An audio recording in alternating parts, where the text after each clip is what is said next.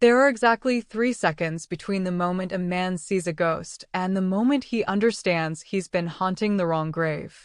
For Alpha Cade, those 3 seconds stretched into eternity.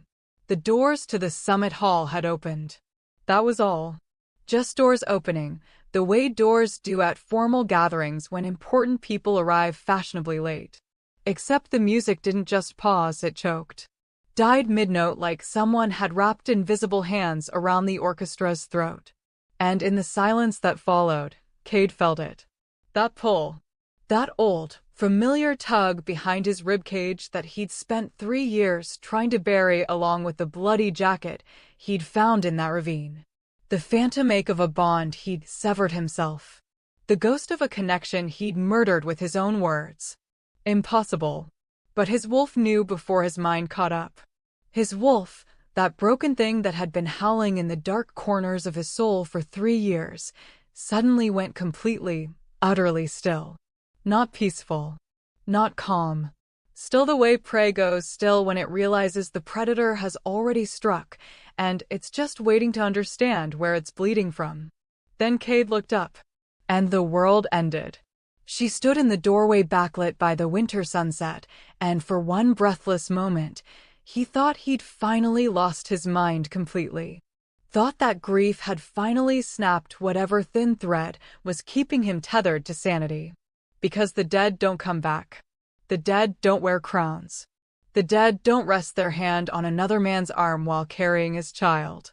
But Serafina, his rejected mate, his biggest mistake, his nightly torment, wasn't dead. She was radiant. And she was looking right through him like he'd never existed at all. That was the thing that broke him. Not the northern crown sitting on her head like it had always belonged there. Not the ice blue gown that probably cost more than his pack's entire treasury. Not even the gentle swell of her belly where another man's heir was growing. It was her eyes. Those eyes that used to watch him like he'd hung the moon. Those eyes that used to fill with tears when he was too harsh during training.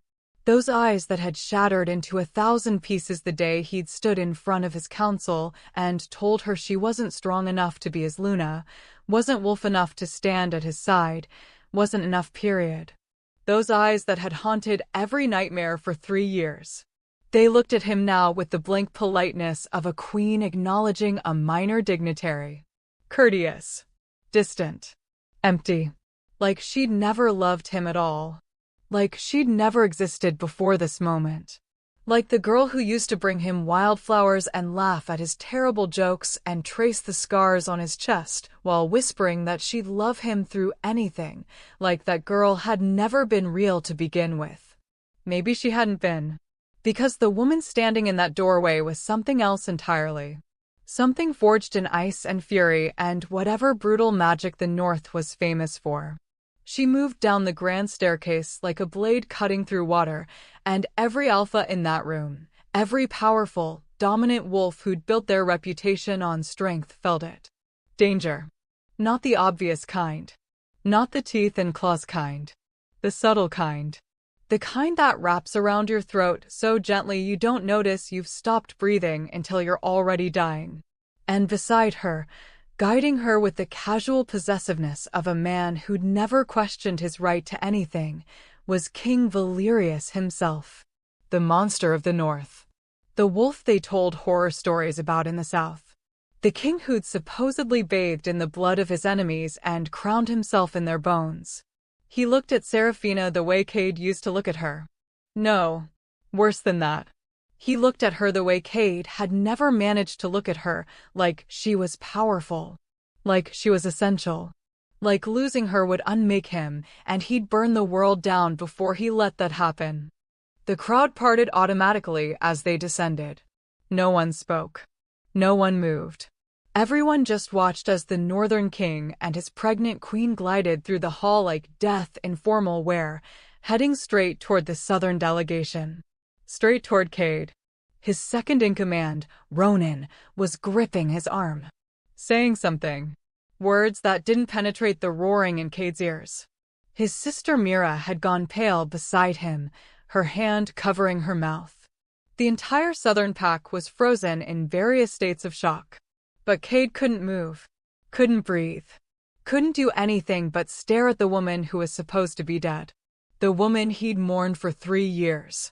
The woman he'd destroyed himself trying to avenge. The woman who now wore another man's crown and carried another man's child and looked at him like he was nothing. They stopped 10 feet away. Protocol dictated 15, but Valerius had never cared much for protocol. He stood there with that predator's smile playing at his lips, one hand resting possessively on the small of Seraphina's back, and waited. Waited for Cade to speak, to react, to break. And Cade, who'd survived wars and political machinations and 3 years of guilt that should have killed him, Cade, who'd torn apart rogue clans with his bare hands searching for the wolves who'd supposedly murdered his mate, Cade finally found his voice. Seraphina. Just her name. That's all he could manage. Her name, cracked and broken and full of 3 years of grief and guilt and desperate, impossible hope. She blinked, tilted her head slightly, like she was trying to place where she'd heard that voice before. Then she glanced up at Valerius, actually looked to him for guidance, and something in Cade's chest splintered into irreparable pieces. When she turned back to Cade, her expression was polite curiosity. Nothing more. "I apologize," she said, and her voice was different too. Colder. More refined. The soft edges he remembered had been filed into sharp points. "Have we met? 3 years of agony. 3 years of self-destruction. 3 years of wearing black and building shrines and waking up screaming from nightmares where he found her too late. And she didn't remember him. Or, and this was somehow worse, she was pretending she didn't. Cade couldn't tell which option was destroying him faster. King Valerius chuckled, low and dark. "You'll have to forgive my queen. She had quite the ordeal before I found her. Some memories are better left buried, aren't they, my love?" The endearment hit like a physical blow. "My love," said with such casual ownership, such complete certainty. The way Cade used to want to say it, but never had because he'd been too afraid, too proud, too stupidly convinced that pushing her away was somehow protecting her. Seraphina's hand moved to rest on the small swell of her stomach. An unconscious gesture. Protective. Maternal. And Cade suddenly understood that he was looking at the future that should have been his, watching it play out with another man's hands, another man's child, another man's devotion. All because he'd rejected her first. "Your queen." The words scraped out of Cade's throat. His wolf was snarling now, finally breaking free of that eerie stillness, raging against the wrongness of this. "Seraphina, what is he talking about? What happened to you?" Everyone thought, that she was dead?" Valerius interrupted smoothly. His pale blue eyes glittered with something cruel and amused. "Yes, well, she nearly was. When I found her in the northern borderlands, she was barely breathing. Wounds from a rogue attack, I believe. Or perhaps something else." The implication hung in the air like poison. Seraphina's expression never changed. That blank, courteous mask never slipped. But her hand on her stomach pressed down slightly, and Cade saw it, just for a second, a flash of something in her eyes. Not recognition. Not love. Fear. She was afraid. Of him? Of this conversation? Of something Valerius might say? The trauma was extensive, Valerius continued, and now his smile was all teeth. Her wolf, well, she gave up her wolf to save our heir. A remarkable sacrifice.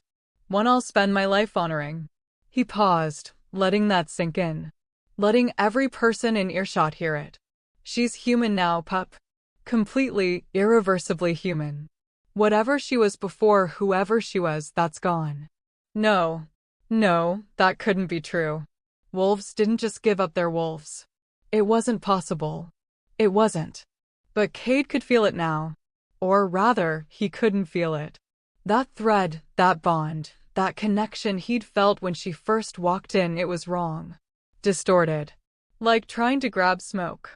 She smelled like Seraphina, underneath the expensive perfume and the winter-cold power radiating off Valerius. But the wolf was gone.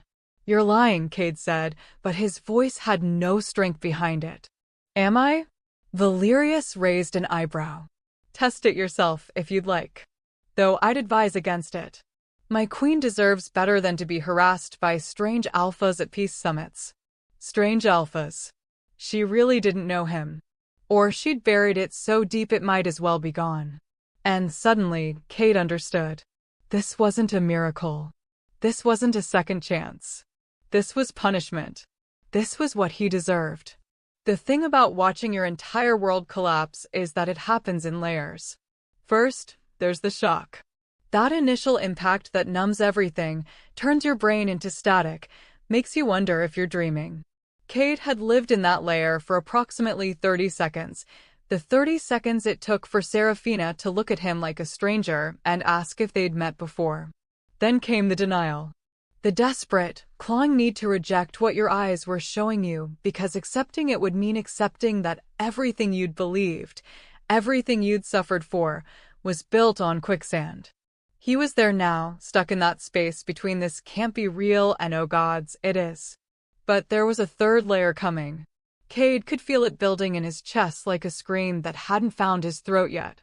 The layer where denial crumbled and rage took its place. Rage at Valerius for taking her, rage at himself for losing her, rage at Serafina for standing there like she'd never whispered his name in the dark. Never traced the mate mark that should have been on her skin, never existed as anything but this cold, untouchable queen. He was seconds away from that layer when Ronan's hand tightened on his arm. A warning. A reminder that they were in the middle of the annual Peace Summit, surrounded by every pack that would love nothing more than to see the infamous Mourning Alpha finally break completely. Cade forced himself to breathe.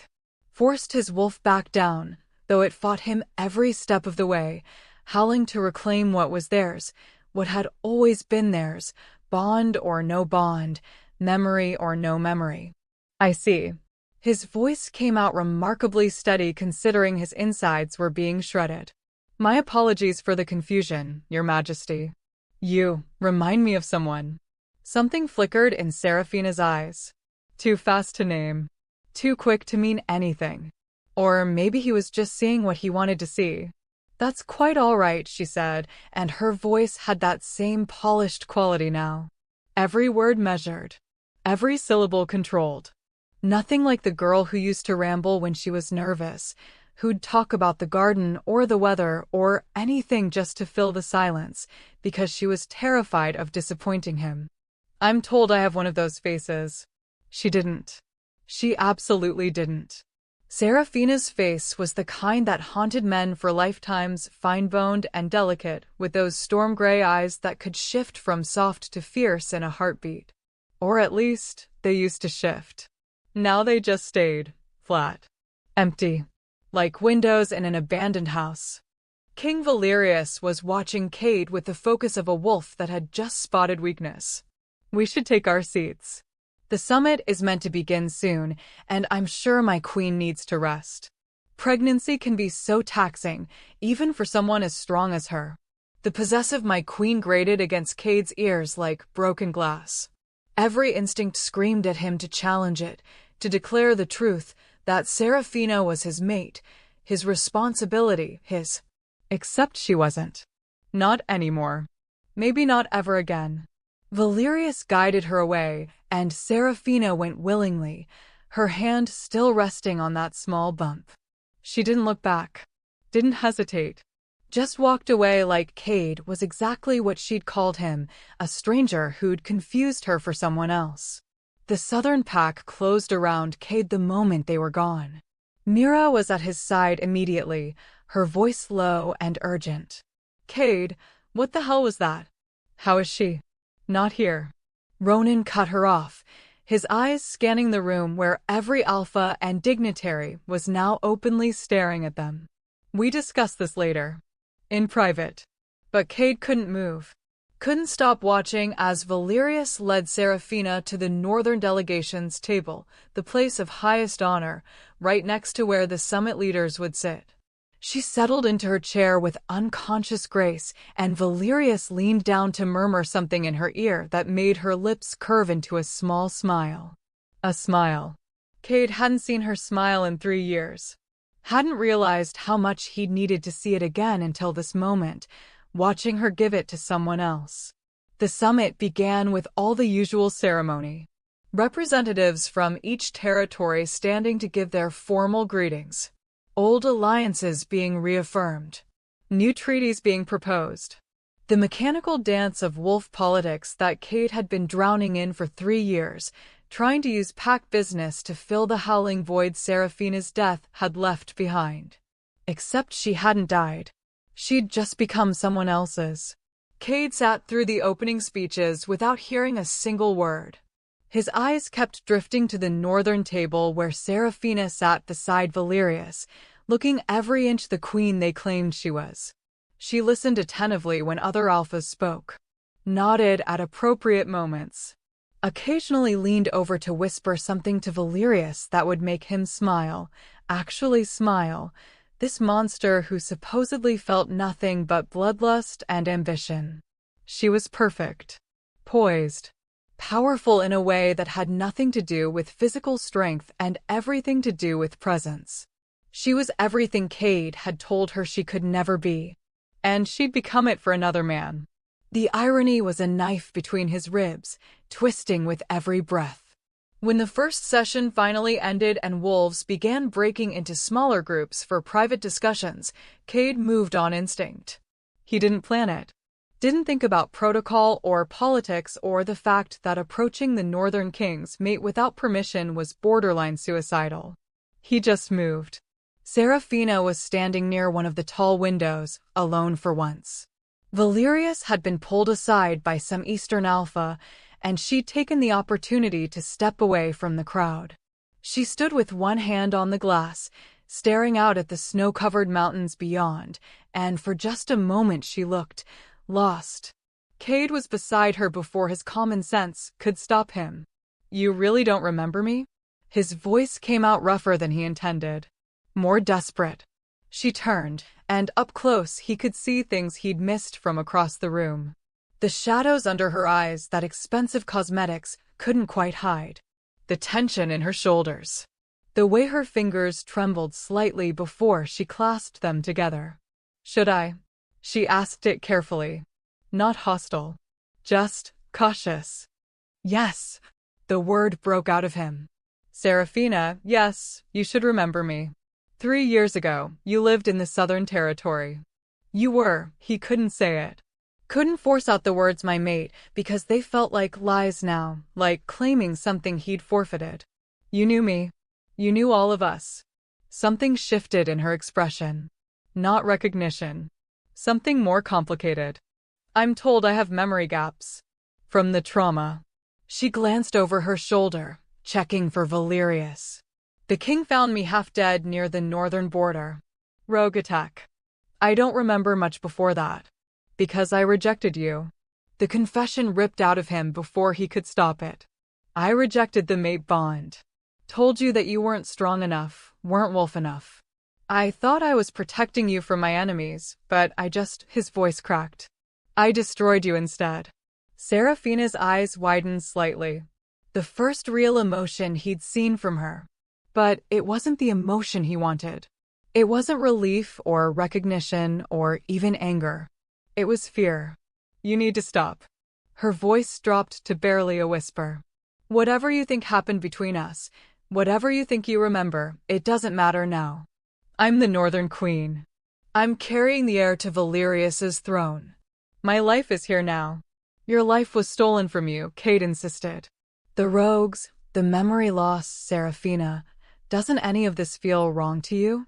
Don't you feel like something's missing?" For a moment, just a heartbeat, something cracked in her mask. Her hand moved unconsciously to her chest, to where a mate mark should have been. To where Cade's mark should have been burning into her skin from the moment they first met. But then Valerius's voice cut through the moment like a blade. "There you are, my love." He appeared at Seraphina's side with that unnaturally smooth movement, one arm sliding around her waist. "Proprietary, protective. His pale blue eyes locked onto Cade with predatory focus. Alpha Cade. I thought we'd made it clear that my queen prefers not to be disturbed. His tone was light, pleasant even. But there was steel underneath it. A threat wrapped in silk. We were just talking, Seraphina said quickly. Too quickly. He thought he recognized me from somewhere. Valerius studied Cade with the intensity of someone dissecting a particularly interesting insect. How strange. My queen has been with me for 3 years now. Ever since I found her dying in the snow. His hand moved to rest on Seraphina's stomach, and Cade wanted to rip it off at the wrist. The healers said she wouldn't survive. But she fought. My fierce little fighter. The way he said it, like she was his. Like she'd always been his. Like the mate bond Cade had severed had never existed at all. How convenient, Cade couldn't stop himself from saying, that she lost her memories right when you found her. That she forgot everything about her old life. That she suddenly became wolfless and dependent on you. The temperature around them dropped 10 degrees. Other wolves nearby suddenly found reasons to be elsewhere. Even Seraphina had gone very still. Valerius smiled. It was not a nice smile. Are you suggesting something, pup? I'm suggesting, Cade said, his wolf rising to meet the challenge, that maybe your queen deserves to know the whole truth. About what she was. Who she was. Before you. Before I saved her life? Valerius interrupted smoothly. Before I gave her a home, a crown, a purpose? Before I loved her when apparently no one else could be bothered to. His eyes gleamed with vicious satisfaction. Tell me, Alpha Cade. If she meant so much to you, where were you when the rogues attacked her? Where were you when she was bleeding out in the snow? Where were you for 3 years while I was putting her back together? The truth hit like a physical blow. Cade had no answer. Because he hadn't been there. He'd been the reason she was out there in the first place, alone, vulnerable, running from a rejection that had shattered her. That's what I thought. Valerius's voice was silk over poison. So perhaps you should concern yourself with your own territory and leave my family alone. Unless you'd like to discuss the matter further? My queen doesn't need the stress, but I'm always happy to settle disputes the old-fashioned way. A challenge. Right here, in front of the entire summit. Cade's wolf lunged forward, ready to accept, ready to fight for what was theirs even if fighting meant dying, because at least dying would stop this agony. But then Seraphina's hand touched Valerius's chest. Gentle. Calming. It's all right, she murmured. I'm fine. Let's just go. Please. And Valerius, the monster of the north, the king who supposedly bowed to no one, immediately softened. His hand came up to cup her face with surprising tenderness.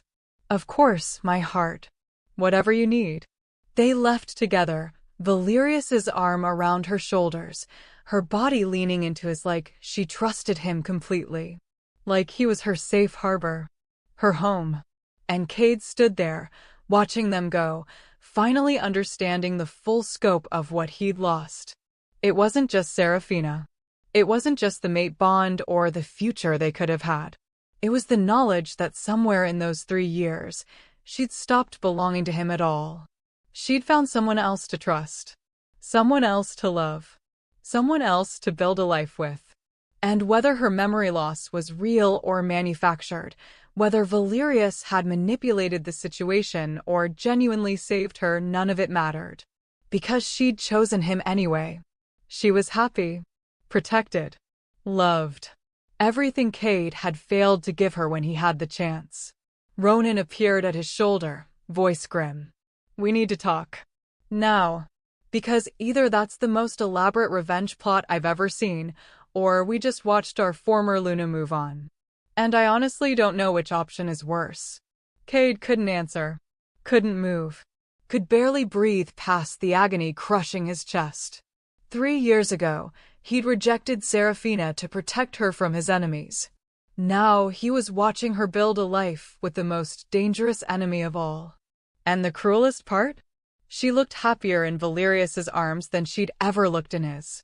The War Council met in Cade's private chambers 2 hours after the summit's first session ended. It wasn't an official war council. They weren't at war, technically.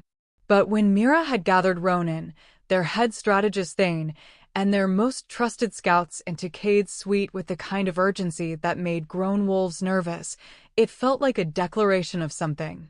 Maybe not war. Maybe just the beginning of understanding how thoroughly they'd all been destroyed without ever seeing the blade coming. Cade stood at the window, staring out at nothing. He'd removed his formal jacket, rolled up his sleeves, but he still felt like he was suffocating. Like the room was too small, the air too thin, reality too sharp and cutting. "Talk," Mira said, breaking the heavy silence. "Because I need someone to explain to me how our dead Luna is currently pregnant with the Northern King's heir and looking at my brother like he's a stranger who needs to be avoided at parties." She said she doesn't remember. Cade spoke without turning around. His voice sounded hollow even to his own ears. "Memory loss. From the trauma." "Convenient trauma," Thane muttered. He was their oldest advisor, a wolf who'd seen 3 generations of alphas rise and fall. Memory loss that erases everything about her old life, but leaves her perfectly functional as a queen? That's not trauma. That's strategy. Or magic, offered Lena, one of their best trackers. She'd been part of the team that had searched for Serafina 3 years ago. Found nothing but that bloody jacket and the scent of rogues and death. The North has access to things we don't. Old magic. The kind that can twist minds, reshape memories. Ronan shook his head. If Valerius had that kind of power, he wouldn't need political alliances. He'd just magic his way to controlling the entire continent. "Maybe he is," Mira said quietly. "Maybe that's exactly what we're watching. He takes our weakest link, the rejected mate everyone knows Cade threw away, and turns her into a weapon. Brings her back polished and powerful and untouchable. Makes us look like the monsters who destroyed her while he's the hero who saved her. How's that for strategy?" The words hung in the air like smoke. Cade's hands clenched on the windowsill hard enough that he heard the wood crack. Because that's exactly what it felt like. A long game. A revenge plot 3 years in the making. And Serafina, his Serafina, who used to be so transparent that every emotion played across her face like clouds across the sky, was either the most gifted actress who'd ever lived, or she genuinely didn't remember loving him. He didn't know which option hurt more. "We need to consider what we actually know," Ronan said, always the practical one. Fact 1. 3 years ago, Cade rejected Serafina to protect her from pack politics and the threats against us. Fact 2. She left the territory that same night. Fact 3. We found evidence of a rogue attack. Her jacket, her blood, her scent mixed with violence and death. Fact 4. Thane added grimly, Valerius claims he found her near the northern border. That's over 300 miles from where we found that jacket. How does a wolfless girl, supposedly dying from a rogue attack, travel 300 miles into enemy territory? "She wasn't wolfless then," Cade said.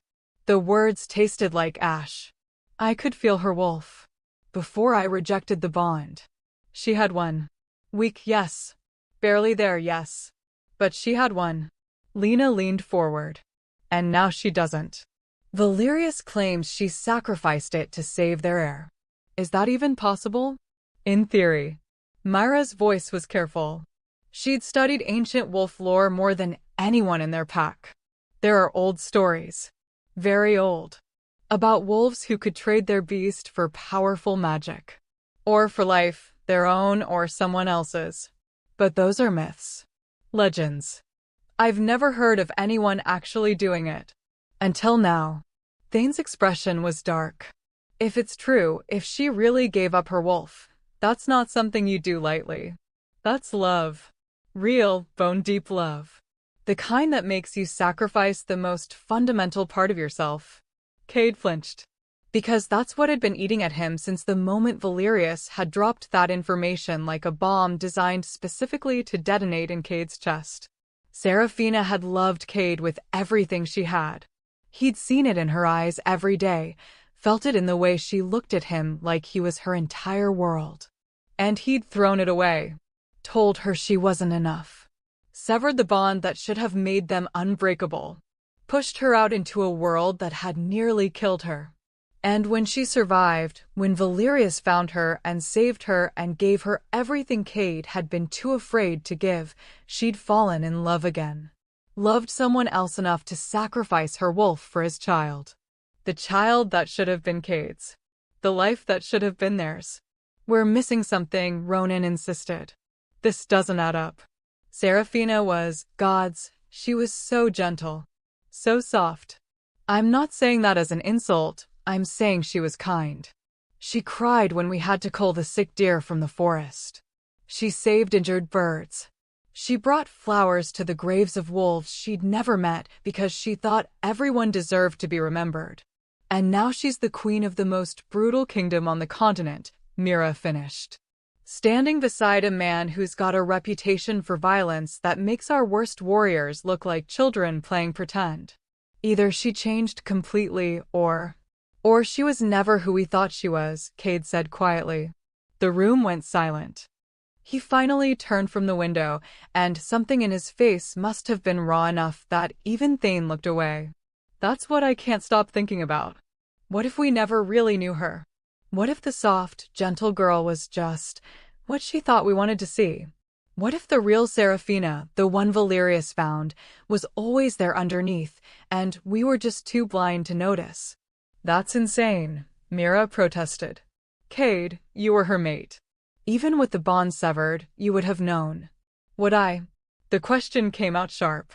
Bitter. I rejected her within 3 months of meeting her. 3 months, Mira. I barely gave us a chance. I was so convinced that she was too weak, too vulnerable, too human to survive in our world that I never bothered to look deeper. Never asked what she wanted. Never considered that maybe she was hiding her strength because I'd already decided she didn't have any. The truth of it was corrosive. Cade had spent 3 years mourning Seraphina, building shrines to her memory, hunting down rogues in her name, destroying himself with guilt over losing her. But he'd never actually mourned the right loss. He'd mourned the girl he thought he knew. The gentle, fragile mate who needed protection. The girl who looked at him with stars in her eyes and never questioned his authority. He'd never mourned the girl he'd failed to see, the one who might have been pretending all along. The one who'd survived a rogue attack that should have killed her.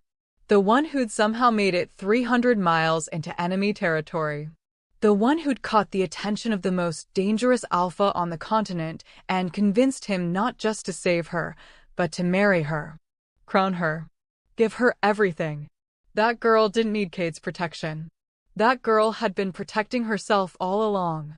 There's another possibility, Lena said hesitantly. What if she does remember everything? What if the memory loss is a lie? What if she's standing there beside Valerius, carrying his child, looking at you like a stranger because that's her revenge? Making you watch her live the life you denied her. Making you see her be everything you said she couldn't be. Making you suffer the way she suffered. The words landed like physical blows. Because that made sense too. Perfect, terrible sense. Cade had rejected Seraphina in front of his entire council. Humiliated her. Told her she was weak, inadequate, not enough. Then sent her away to protect her, but from her perspective, he'd just thrown her away like garbage. Like she meant nothing. If she survived that night, and clearly she had, she would have been broken. Shattered. Everything she'd believed about herself, about love, about fate and destiny and the mate bond that was supposed to be unbreakable, he destroyed all of it with a few cold words and a severed connection. What would that do to someone? What would someone become after surviving that kind of devastation? Maybe they'd become exactly what Seraphina was now. Cold. Controlled. Powerful enough that no one could ever hurt them again. And maybe, just maybe, they'd decide that the wolf who destroyed them deserved to watch them thrive without him. Deserved to see them happy with someone else. Deserved to suffer. If that's true, Ronan said slowly, if she remembers everything and she's doing this deliberately, we need to be careful. because that means she's not just surviving. She's strategizing. And we have no idea what her endgame is. Her endgame is making me hurt. Cade's voice was flat. Dead. And it's working. Mira moved to his side, her hand on his arm. We'll figure this out. We'll find a way to get through to her, to remind her of who she was. No. The word came out harder than he intended. You heard Valerius. She's under his protection now. His mate. His queen. If we push too hard, if we try to force her to remember or force her to leave him, we'll start a war. And we're not strong enough to win that war. Not against the North. Not against him. So what? Thane demanded. We just accept this? Let her go? Watch her raise another man's heir while I what? Cade turned on him, and his wolf was in his eyes now, all that carefully controlled agony finally finding an outlet. While I tear apart the continent trying to reclaim a mate who doesn't want to be reclaimed. While I destroy the fragile peace we've maintained for years because I'm too selfish to let go of someone who's clearly moved on. She's your mate, Mira said fiercely. Bonded or not, marked or not, that doesn't just disappear. The moon goddess doesn't make mistakes. You were meant for each other. Then why did I reject her? The question was barely a whisper. If we were meant for each other, why was my first instinct to push her away? Why was I so convinced that protecting her meant destroying what we had? Maybe the moon goddess did make a mistake. Maybe she paired me with someone who deserved better than what I could give. And maybe Valerius is exactly what she should have had all along. The words tasted like poison, but Cade couldn't stop them. Because they felt true. They felt like the answer he'd been avoiding for 3 years. He'd failed Serafina. Failed her so completely that she'd rather pretend to have amnesia than acknowledge their history. Failed her so thoroughly that she'd found happiness with his enemy instead. And maybe, probably, that was exactly what he deserved. There's one more thing we need to consider, Thane said quietly. The pregnancy. Cade's entire body went rigid. If she's 4 months along like it appears, that means she got pregnant. Thane did the math grimly, right around the time of the winter solstice. The darkest night of the year. That's significant in northern magic. Very significant. What are you saying? Ronan asked. I'm saying that if Valerius wanted an heir with specific properties, he'd need a specific kind of mother. Someone with the right bloodline. The right potential. Thane's eyes moved to Cade. Someone like a white wolf. The room went dead silent. White wolves were legend. Myth. The rarest of the rare, wolves born once in a generation with fur like snow and magic in their blood. They were supposed to be extinct, hunted to death centuries ago by wolves who feared their power. But Cade remembered now. Remembered something Serafina's grandmother had said once, offhand, before the old woman died. Something about their bloodline. About how Serafina's mother had been special. Different. About how sometimes the gift skipped generations, hiding until the right circumstances brought it out. She wasn't wolfless, Cade breathed. I thought her wolf was weak because I could barely feel it. But what if it was just hidden? What if she was hiding it? Or what if it was waiting for someone to unlock it? And Valerius found her, Mira finished, her face pale. Saved her. And realized exactly what she was. Not a weak, wolfless girl. A white wolf. Hidden. Untrained. Traumatized and vulnerable and absolutely priceless. The implications crashed over Cade like a tidal wave. If Serafina was a white wolf, if she'd always been one, buried so deep even she didn't know it, then Valerius hadn't just saved her out of kindness or even political strategy. He'd found a weapon. A source of magic that hadn't existed in the world for centuries.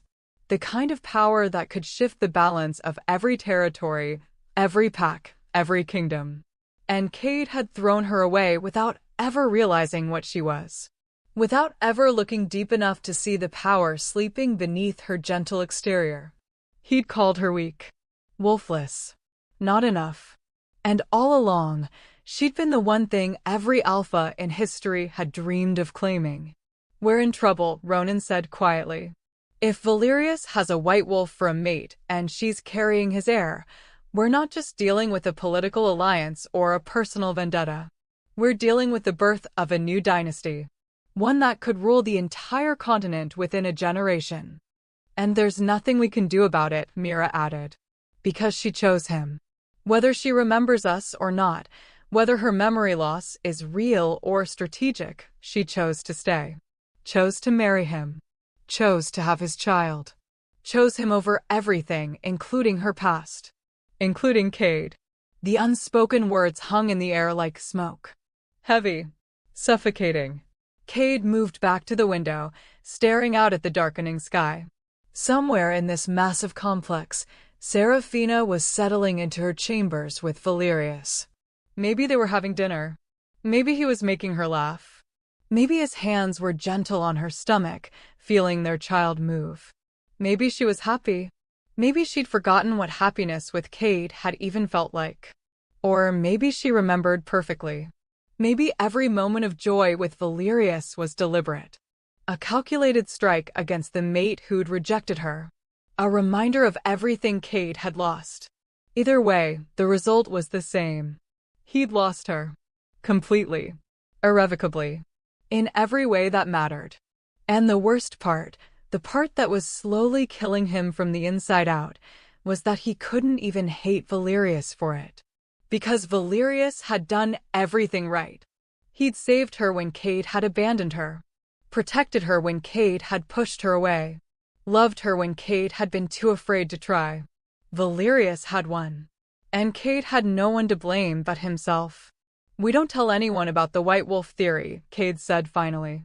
If it's true, if she really is one, that information makes her a target. Every alpha on the continent would try to take her from Valerius. Start wars over her.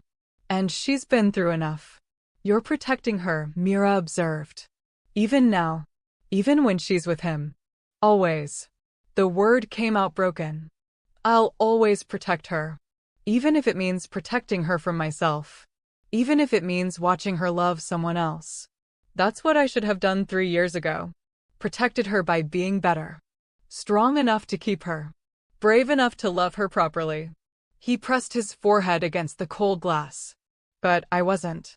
So now I get to live with the consequences. And she gets to live without them. Without me. His pack stood in silence behind him, and none of them had anything to say. Because there was nothing to say. No comfort that would help. No strategy that would change what had already been broken beyond repair. Somewhere in the depths of the complex, a bell rang. Signaling dinner. Signaling the next session of the summit where Cade would have to sit in the same room as Serafina and pretend his world wasn't ending with every breath she took that didn't include him. He straightened. Rolled his shoulders back. Put on the mask of the alpha he was supposed to be: strong, controlled, unbreakable. Inside, he was shattered glass held together by sheer force of will. But that was fine. That was what he deserved. Dinner was torture dressed in ceremony. The summit's grand dining hall was a marvel of architecture and intimidation. Vaulted ceilings carved with the history of every pack, massive windows overlooking the mountain range. Tables arranged in careful hierarchy that put the most powerful territories closest to the center. It was designed to remind everyone exactly where they stood in the continental order. Tonight, it reminded Cade that he'd fallen further than he'd ever imagined possible. The northern delegation sat at the head table. Of course they did. Valerius had somehow maneuvered his way into the position of honor, citing his recent peace treaties and expanding influence.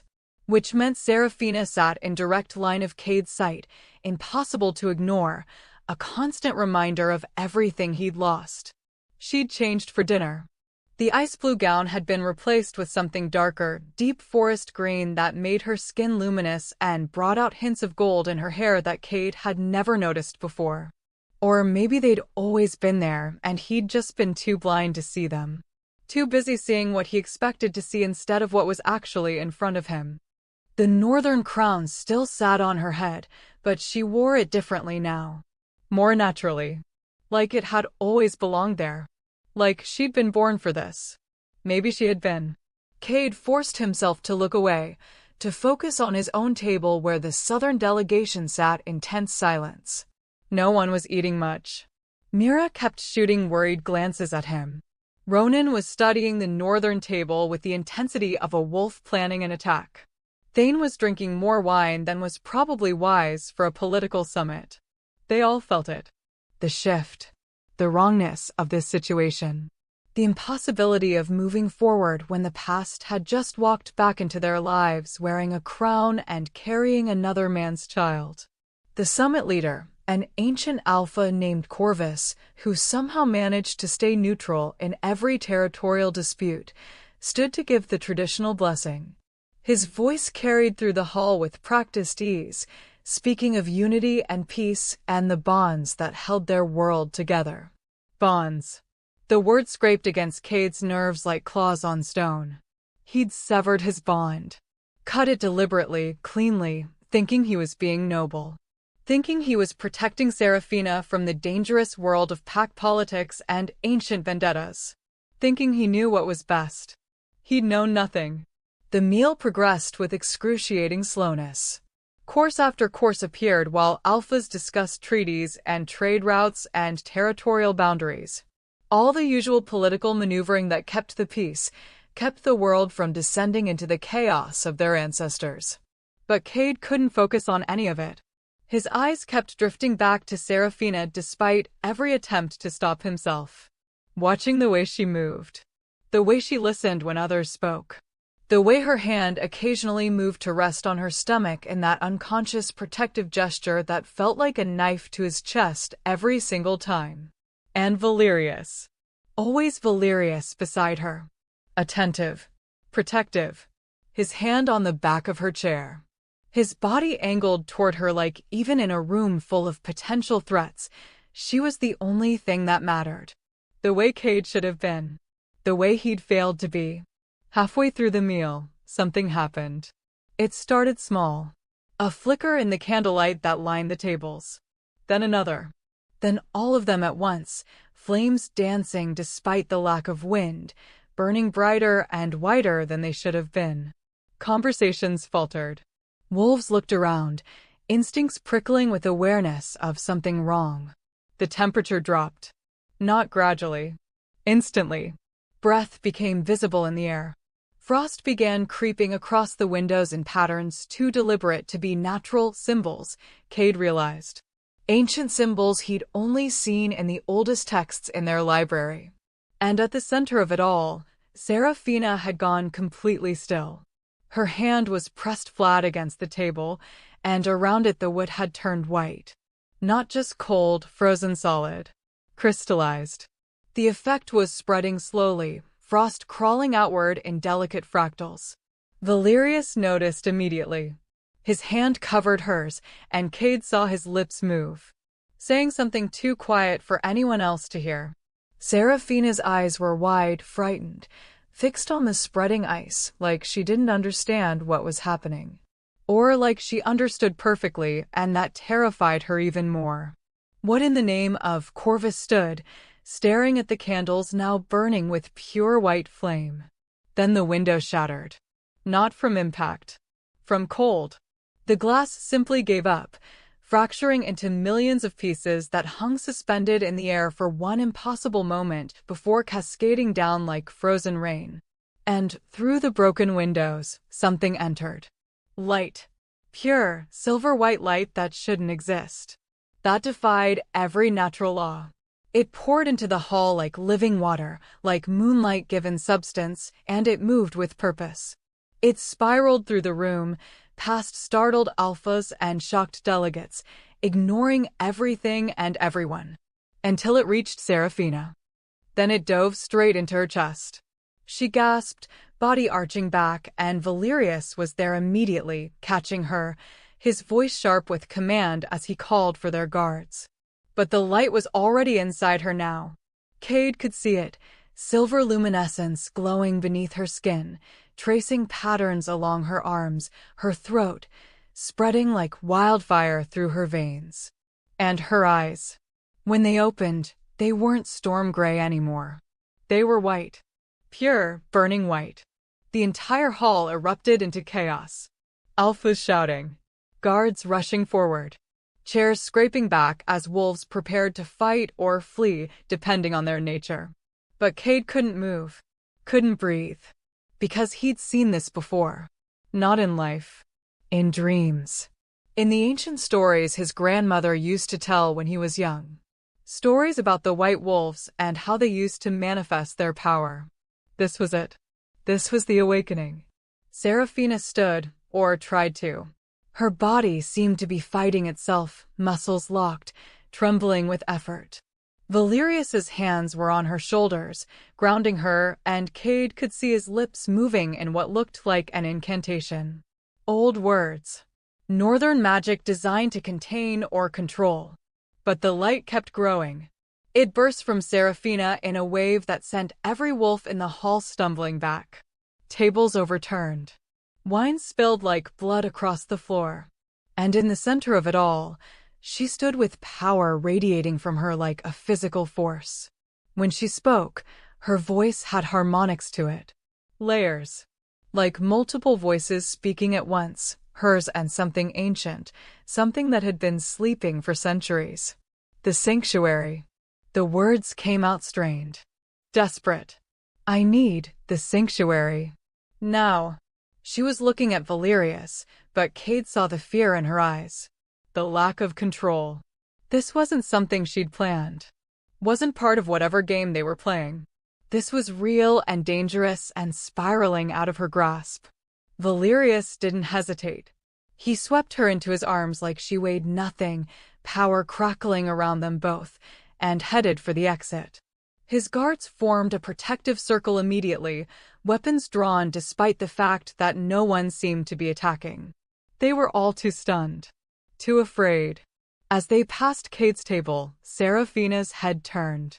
For just a moment, her eyes met his, those burning white eyes that saw too much, that held power he couldn't begin to comprehend. And in that moment, Cade felt it. The ghost of their severed bond. The echo of what they'd been. It flared between them like lightning, painful and bright, and gone just as quickly. Her expression cracked. Just for a heartbeat. The mask fell away, and underneath it was pure terror. Not of the power consuming her. Of something else. Something deeper. Then they were gone, Valerius carrying her through the doors with his guards clearing the path, leaving behind a hall full of shocked wolves and the lingering scent of winter magic and ozone. Corvus was shouting for order. For everyone to remain calm. For the guards to secure the perimeter. But Cade was already moving. Where are you going? Mira grabbed his arm. The sanctuary. She said sanctuary. He pulled free. There's an old shrine in the eastern wing. Ancient. Built before this complex existed. It's the only place that makes sense. You can't just follow them, Ronan protested. Cade, think.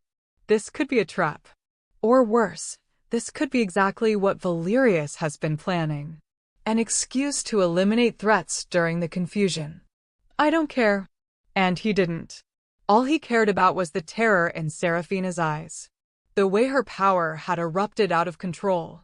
The way she looked at him like she was drowning and didn't know if she wanted to be saved. He ran. Through corridors filled with confused staff and panicking delegates. Past guards trying to establish order.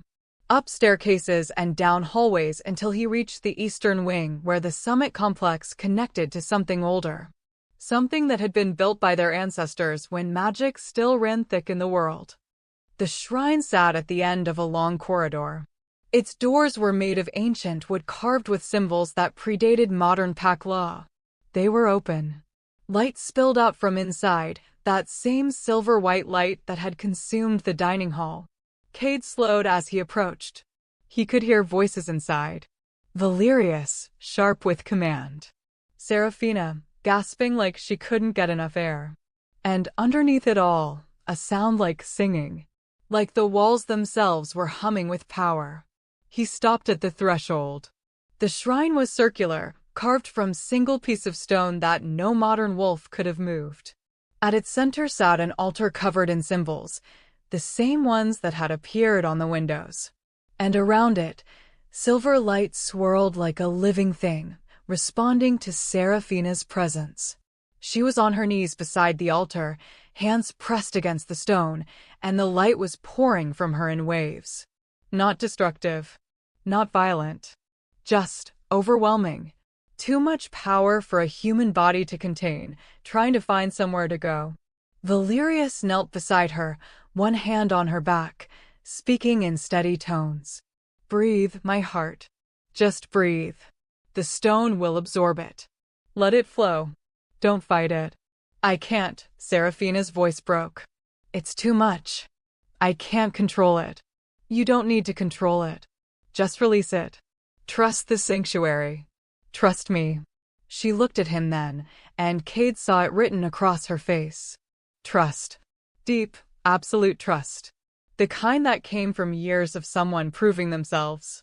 Years of being saved, protected, chosen. The kind of trust she'd once given to Cade.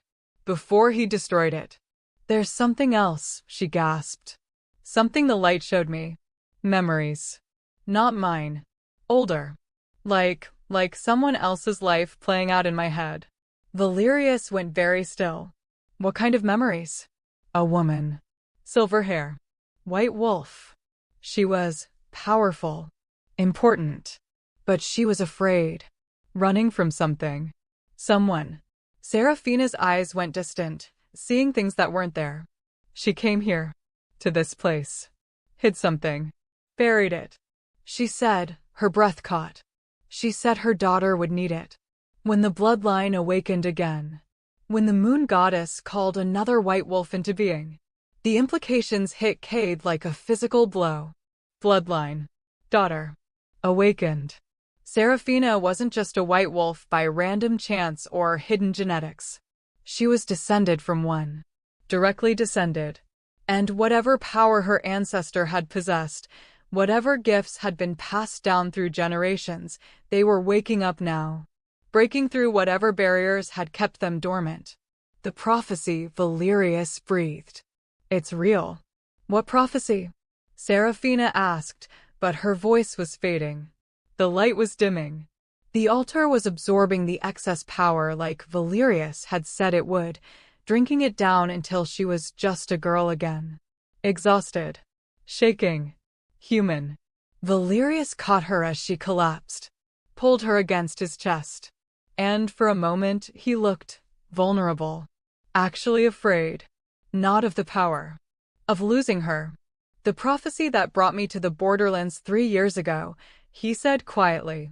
The one that told me the last white wolf would manifest in fire and blood and ice.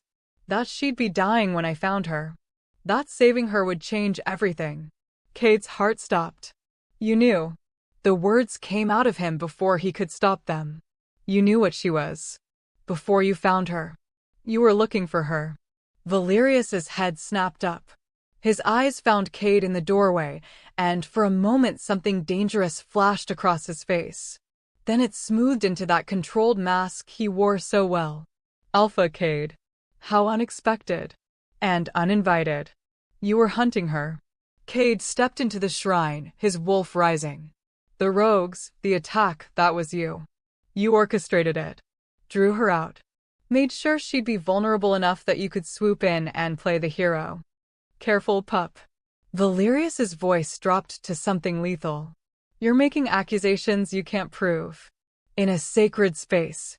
While my mate is recovering from a traumatic magical event. Then prove me wrong. Cade moved closer. Tell me the prophecy.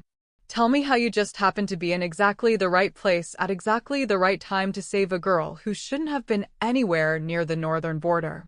Tell me how she went from dying of blood loss to being your perfect queen in 3 years. Tell me. Enough. Seraphina's voice cut through the tension like a blade. She was sitting up now, pushing away from Valerius, and her eyes, back to Stormgrey, fixed on Cade with something that looked almost like anger. You don't get to do this.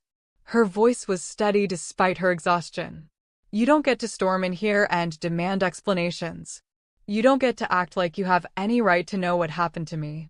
You gave up that right 3 years ago when you looked me in the eye and told me I was worthless. I never said worthless. You didn't have to say the word. She stood, swaying slightly, but waving off Valerius's attempt to steady her. You said I was weak. Wolfless. Not enough. You said keeping me would endanger your pack. You severed our bond like it meant nothing. Like I meant nothing. And then you sent me away. Each word landed like a physical blow. Because they were true. All of them. So whatever happened after that? Serafina continued, and now her eyes were blazing. Whatever I survived, whoever saved me, whatever I became, that's none of your concern. You wanted me gone. You got your wish. The fact that I didn't die like you apparently assumed I would isn't your miracle. It's mine. Sarah, the nickname slipped out before he could stop it. The name he used to call her in private moments. The name that was his alone. Her expression shuddered. Don't call me that. Don't pretend we're something we're not. We're mates. The words tore out of him. Bond or no bond, magic or no magic, the moon goddess chose us for each other. That doesn't just disappear because I made a mistake. A mistake? Her laugh was bitter. Broken. You call rejecting your mate a mistake? Like it was a minor error in judgment? Like you just forgot to mention you loved me instead of destroying any chance we had. I thought I was protecting you. By throwing me away? Her voice rose. By humiliating me in front of your entire pack? By making me feel like I was nothing? Like I was less than nothing. The shrine was crackling with energy again. Not from Valerius. From her. Silver light flickering at her fingertips, responding to her emotions. Valerius stood slowly. Serafina. My love.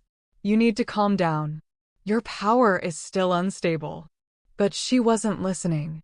She was staring at Cade with 3 years of pain finally finding its voice. Do you want to know what happened that night? The night I left? Do you want to know what your protection actually protected me from? Cade couldn't speak. Could barely breathe. I ran. Like you wanted. Left the territory. Thought maybe if I just disappeared, you'd be safe from whatever threats you were so afraid of. But I didn't get far. Your enemies, the ones you were so worried about, they found me within hours. Like they were waiting. Like they knew exactly where I'd be. Valerius's expression darkened. Sarah, you don't have to. They weren't rogues. She spoke over him, her eyes never leaving Cade's face. They were wolves from the Eastern Territories. The same alphas sitting in that dining hall tonight. They knew about the rejection. Knew I was vulnerable. Knew I was alone. Horror crawled up Cade's spine. They said. Her voice cracked, but she pushed through. They said you'd given me to them. That rejecting me was part of a deal. Territory rights in exchange for eliminating your mistake. I didn't believe them. Even then, even after everything, I didn't believe you'd do that. I didn't. The words came out hoarse. Serafina, I swear. I know. Her voice went soft. Dead. Because they laughed when I defended you. Laughed and said you were just too stupid to realize what you'd done. That throwing me out made me free game. That without pack protection, without a bond, without anything, I was nobody's. Which meant I was everyone's. The implication made Cade's wolf snarl with rage. But then the strangest thing happened. Serafina's hands were glowing now, silver light wrapping around her fingers. I got angry. Really, truly angry. And something inside me woke up. Something that had been sleeping my entire life. Something that didn't care that I was supposedly wolfless. Something that just knew I refused to let them touch me. The white wolf, Valerius said quietly. I killed them. She said it simply. Factually. All 5 of them. I didn't even know what I was doing. Just fire and ice and rage. And when it was over, I was covered in their blood and mine, and I couldn't stop the bleeding. Couldn't stop shaking. Couldn't do anything except crawl north, because something in my head kept saying sanctuary, sanctuary, get to the sanctuary. She looked at Valerius then. Something soft entering her expression. And he found me. Half dead in the snow. covered in blood and burns from my own power. And instead of killing me, instead of claiming me or using me or any of the 1,000 things he could have done, he saved me. Actually saved me. No strings. No ulterior motives. Just kindness. That's not entirely accurate, Valerius murmured. The prophecy. I know about the prophecy. Serafina cut him off. You told me. Months ago. When I asked why you saved me. And you know what you said? You said the prophecy told you where to find me. But it didn't tell you to love me. Didn't tell you to give me time. Didn't tell you to let me heal at my own pace. Didn't tell you to respect my choices. You did all that yourself. She turned back to Cade. So yes, I remember you. I remember everything. The memory loss was a lie. A shield. Because looking at you, acknowledging what we were, would have meant acknowledging that the person who was supposed to love me more than anything in this world chose to destroy me instead. And I've already survived that once. I won't do it again. The truth was a blade through Cade's chest. She remembered. Remembered everything. Had stood there in that dining hall, looked him in the eye, and deliberately chosen to pretend he was a stranger. Because acknowledging him hurt too much. Because moving forward meant leaving him behind. I'm sorry. The words were completely inadequate. Worthless. Serafina, I'm so sorry. I thought. I don't care what you thought. Her voice was steel now. I don't care about your reasons or your regrets or your guilt. I care about my future. My child. My life with someone who chose me when it mattered. Who didn't need a tragedy to realize my worth. She placed her hand on her stomach. Protective. Final. So go back to your pack, Alpha Cade. Mourn the mate you lost. Wear your black. Build your shrines. Do whatever you need to do to make yourself feel better about your choices. But leave me alone. I'm not your second chance. I'm not your redemption. I'm just done. The dismissal was absolute. Complete. There was no room for argument. No space for negotiation. Cade had lost her. Not today. 3 years ago. Today he was just finally understanding the full scope of that loss. He stepped back. Then again. His wolf was howling, shredding itself against the inside of his skull, demanding he fight, claim, refuse to accept this. But Cade was done destroying Serafina. Even if it meant destroying himself instead. I understand, he said quietly. And for what it's worth, I'm glad you survived. Glad you're happy. Glad you found someone who could give you what I couldn't. He turned to leave. Cade. He stopped. Didn't turn around. Didn't trust himself to see her face again. The prophecy Valerius mentioned? Her voice was careful. Controlled. It doesn't end with me. It says the white wolf will give birth to something new. Something that will reshape the world. And it says the one who rejected her will have a choice to make when that time comes. Stand with her, or watch everything burn. Then, softer, I hope you choose better next time. Cade left without responding. Because there was nothing to say. The prophecy was clear. The stakes were set. And his choice, the choice that mattered, had already been made 3 years ago. Now he just had to live with the consequences. All of them. Cade made it exactly 3 corridors before his legs gave out. He caught himself against the wall, hand pressed flat against stone that suddenly felt too cold, too real, too much like the sanctuary where he'd just watched his entire world collapse in on itself.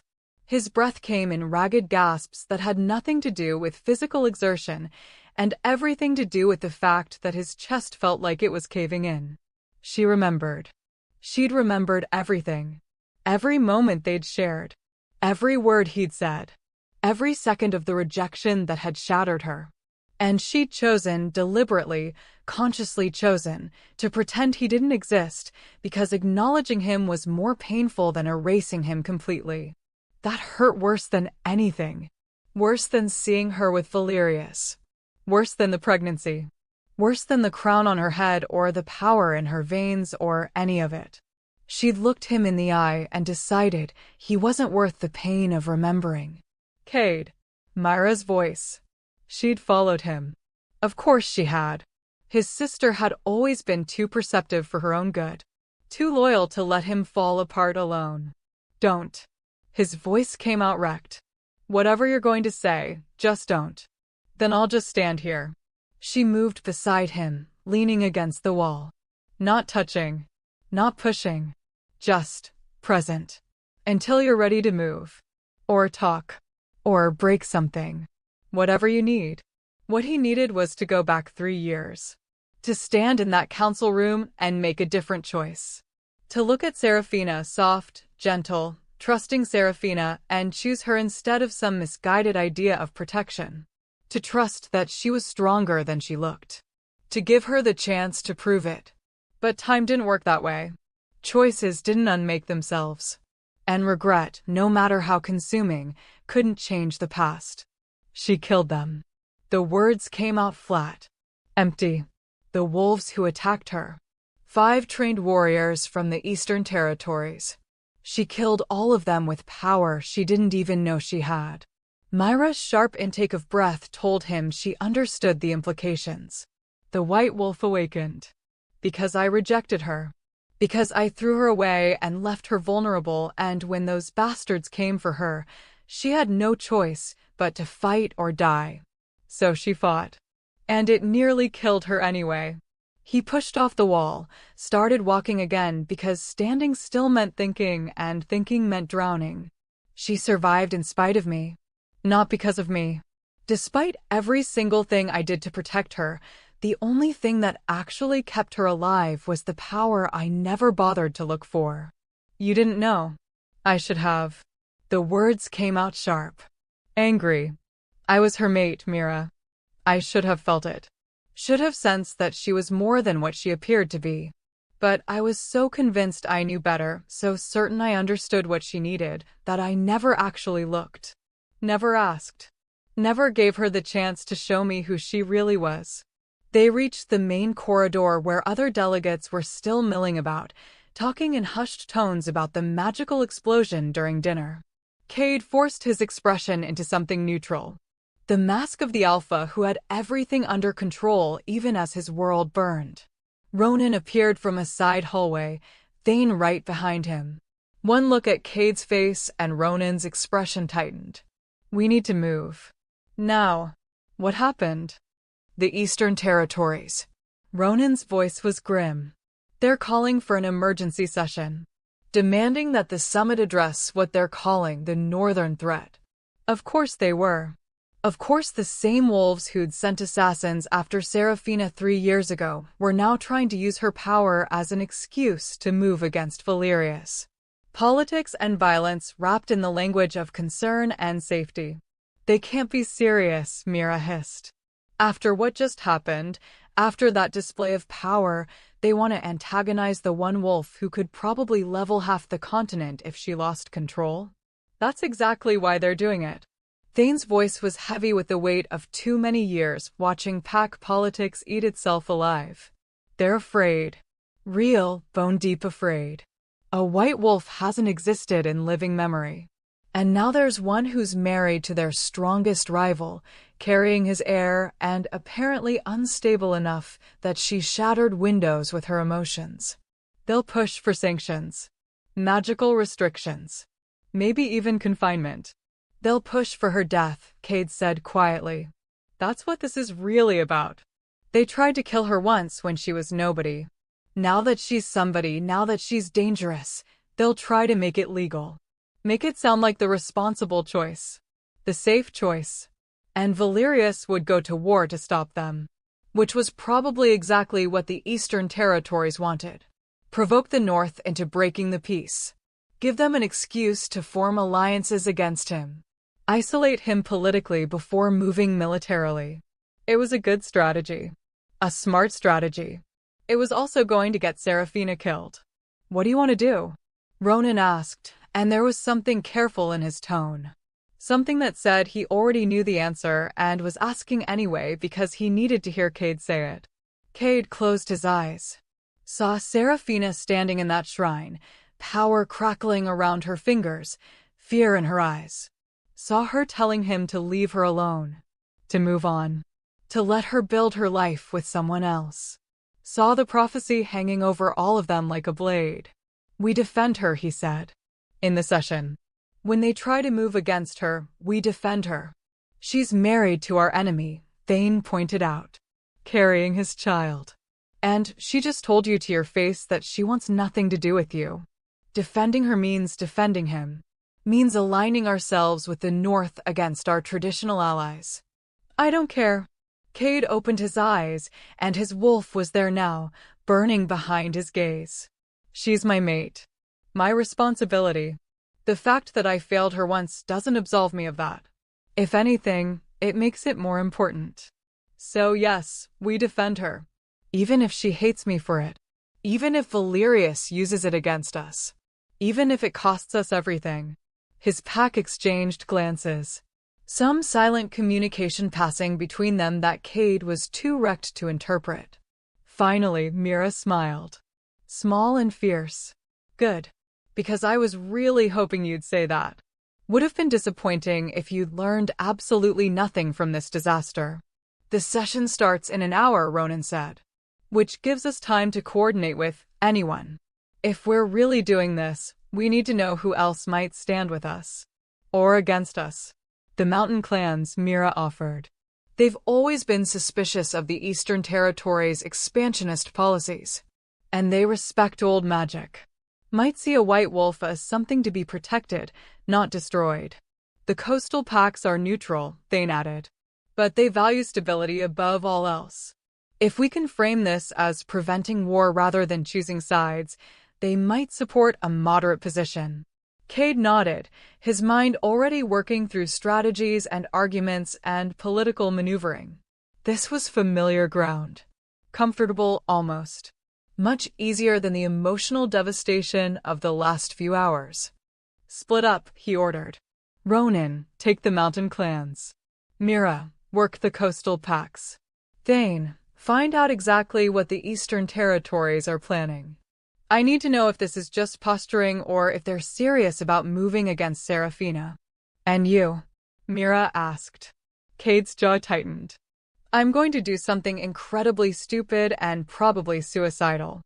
Finally, Ronan muttered. Was wondering when that would happen. Cade ignored him. Turned and headed back the way he'd come. Back toward the eastern wing.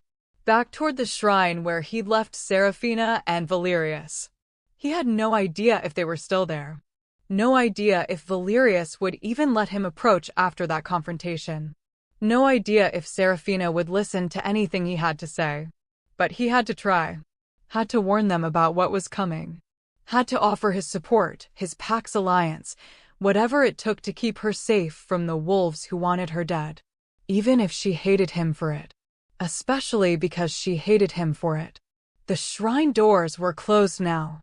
Two of Valerius's guards stood outside, massive wolves with the kind of scars that spoke of real combat experience. They moved to block Cade's path before he got within 10 feet. The king is not receiving visitors, the larger one said. His hand rested on the hilt of a blade that looked like it had tasted plenty of blood. I need to speak with him. It's urgent. About the emergency session. The guards exchanged glances. Wait here. One of them slipped inside. Cade stood in the corridor, trying not to think about how badly this could go. Valerius had every reason to refuse him. Every reason to see Cade as a threat. Every reason to. The door opened. Valerius stood there, and his expression was absolutely unreadable. You have exactly 2 minutes to explain why I shouldn't have my guards throw you off the nearest balcony. Fair enough. The Eastern Territories are calling for an emergency session, Cade said quickly. They're going to use what happened at dinner as justification to move against Seraphina. Call her a threat. Demand restrictions on her movement, her power, maybe her freedom. Something flickered in Valerius's eyes. And you're telling me this because they tried to kill her once already. 3 years ago. It was Eastern wolves who attacked her, not rogues. She told me. Cade forced himself to meet Valerius's gaze. They knew about the rejection. Knew she'd be vulnerable. And now that she's manifested as a white wolf, they're terrified. Which makes them dangerous. Valerius was quiet for a long moment. Then, you want to help us? I want to keep her alive. The words came out rough. Honest.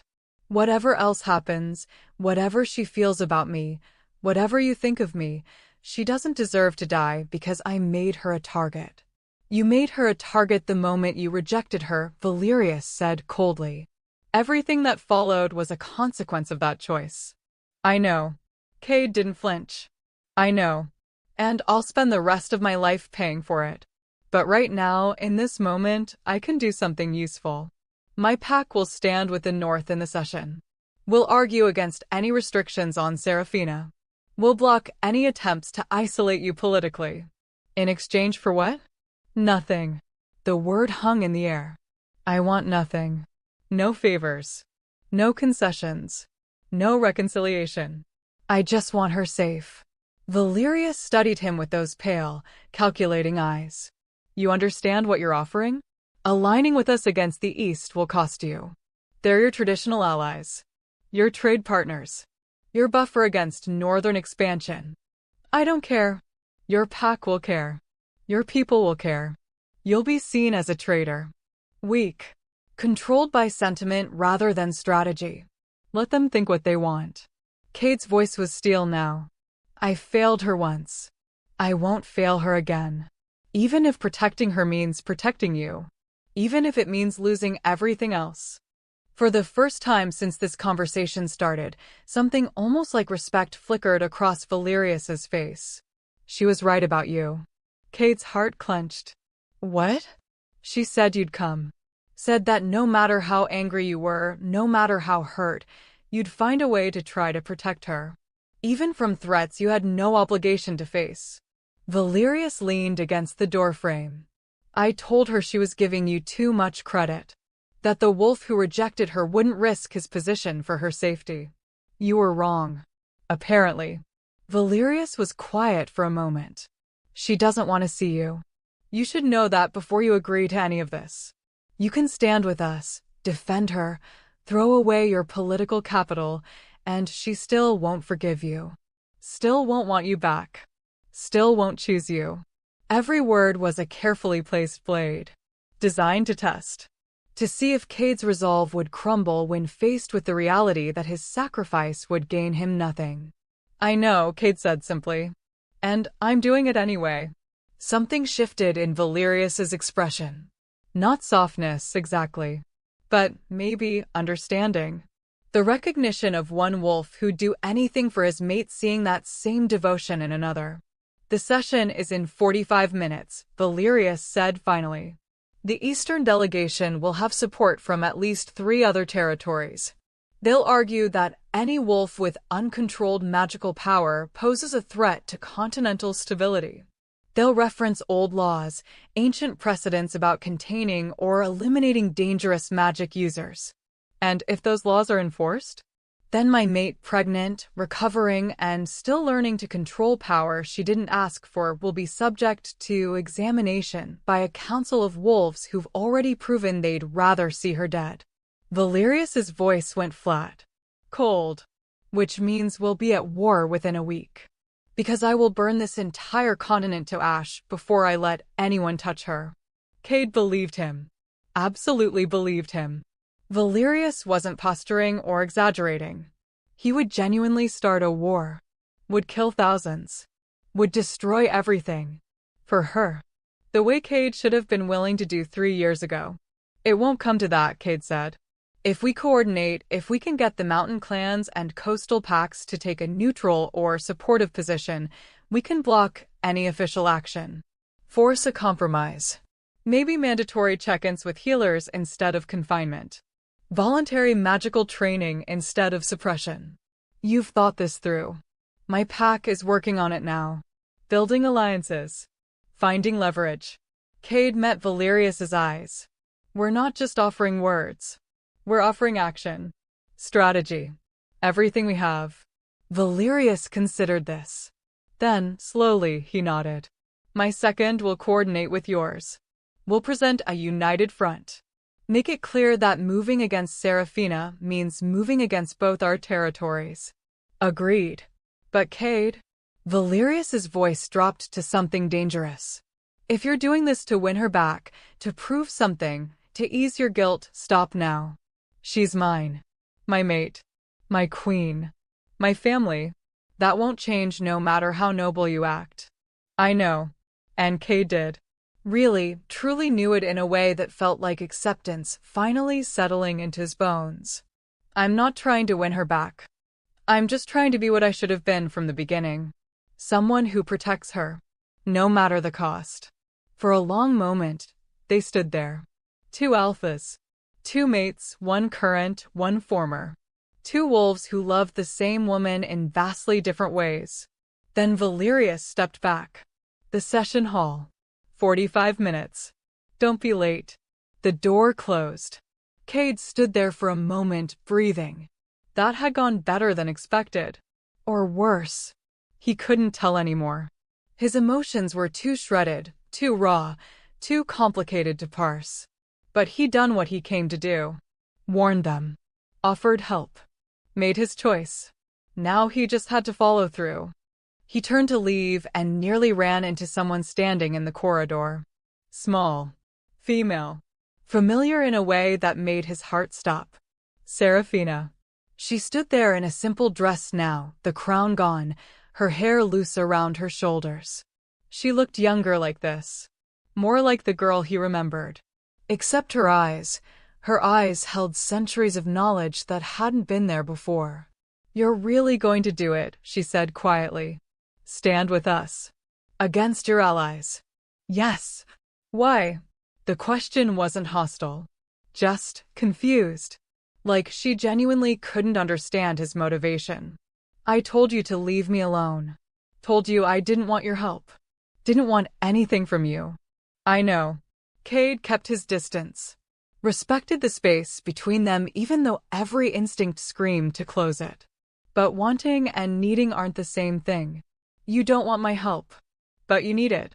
And I failed you once by not giving you what you needed. I won't make that mistake again. She studied him for a long moment. You'll lose everything. I've already lost everything that mattered. The words sat between them. Heavy. True. Serafina's expression cracked slightly. I meant what I said in the shrine. I'm not your redemption. Saving me now doesn't undo what you did. I know that too. Cade's voice was soft. Honest. I'm not trying to undo anything. I'm just trying to do better. Be better. Even if it's too late. Even if you never forgive me. Even if I spend the rest of my life watching you be happy with someone else, at least you'll be alive to be happy. At least you'll be safe. And that's enough. A single tear traced down Serafina's cheek. She wiped it away quickly, angrily. I hate that you're doing this. Hate that you're making it complicated. Would be so much easier if you just stayed the villain. Stayed the wolf who destroyed me and never looked back. I'm sorry. For everything. For all of it. For being exactly the wrong person at exactly the wrong time. I know. She turned to go, then stopped. Looked back at him one more time. Cade? Yeah, thank you. The words were barely a whisper. For this. For choosing better. Even if it's too late for us, thank you. Then she was gone. Disappeared back into the shrine. Back to Valerius. Back to her life that didn't include Cade in any way that mattered. And Cade stood alone in the corridor, feeling like he'd just been given both a gift and a curse. Her gratitude. Her goodbye. Her permission to let go. He took a breath. Straightened his shoulders. Put on the mask of the alpha who would walk into that session hall and burn every bridge he had to keep her safe. Because that's what you did for your mate. Even when they weren't yours anymore. Especially then. The emergency session was a masterclass in controlled chaos. The summit's main council chamber was designed for exactly this kind of gathering, circular, with each territory's delegation seated in designated sections, a central floor where speakers could address the assembly, and high windows that let in the cold mountain light. It should have felt official, dignified. Instead, it felt like a powder keg with too many wolves holding lit matches. Cade took his seat with the southern delegation, feeling the weight of eyes on him from every direction. Word had already spread, somehow, the way it always did in political circles. Whispers traveling faster than truth, rumors building into something larger than reality. The Southern Alpha was allying with the North. The Mourning Alpha was choosing his rejected mate over his territory's interests. Cade was either brave or stupid or compromised, depending on who you asked. He didn't care what they thought. Not anymore. Across the chamber, Valerius sat with the Northern delegation and Seraphina beside him. She changed again, back into formal attire, the crown restored to its place on her head. She looked every inch the queen now. Composed. Untouchable. But Cade could see the tension in her shoulders. The way her hand occasionally moved to rest on her stomach. The fear she was trying so hard to hide. She was terrified. Not of the council. Not of the accusations. Of her own power. Of what she might do if she lost control again. Of becoming the very threat they were claiming she was. Corvus called the session to order with 3 sharp strikes of his staff against the stone floor. The room fell silent immediately. When the ancient Alpha spoke, wolves listened. "We are gathered under emergency protocols," Corvus began, his voice carrying easily through the chamber. "The Eastern Territories have petitioned for immediate council discussion regarding events that transpired during tonight's gathering. Alpha Rendell, you called this session. The floor is yours." Alpha Rendell of the East stood. He was everything a politician should be: handsome, charismatic, with a voice that could convince you water was dry if he put enough effort into it. Cade had never trusted him. Now he knew why. "Thank you, High Alpha." Rendell's tone was respectful. Concerned. Perfectly calibrated. "I want to begin by saying that I hold no ill will toward the Northern Kingdom or its queen. What happened tonight was clearly beyond her control. Which is precisely why we must address it." He paused, letting that sink in. A wolf, or in this case, a former wolf, manifested uncontrolled magical power in a room full of delegates. Windows shattered. Temperatures dropped to dangerous levels. And according to reports, the power continued to escalate until she was physically removed from the gathering. Rendell looked around the chamber, making eye contact with various alphas. "We are all thinking the same thing. We are all concerned about the same thing. So let me say it plainly. What happens next time? What happens when she loses control near civilians? Near children? What happens if this power, ancient, unpredictable, and apparently unstable, manifests in a populated area?" Murmurs of agreement rippled through several delegations. Cade saw wolves nodding. Saw the fear taking root.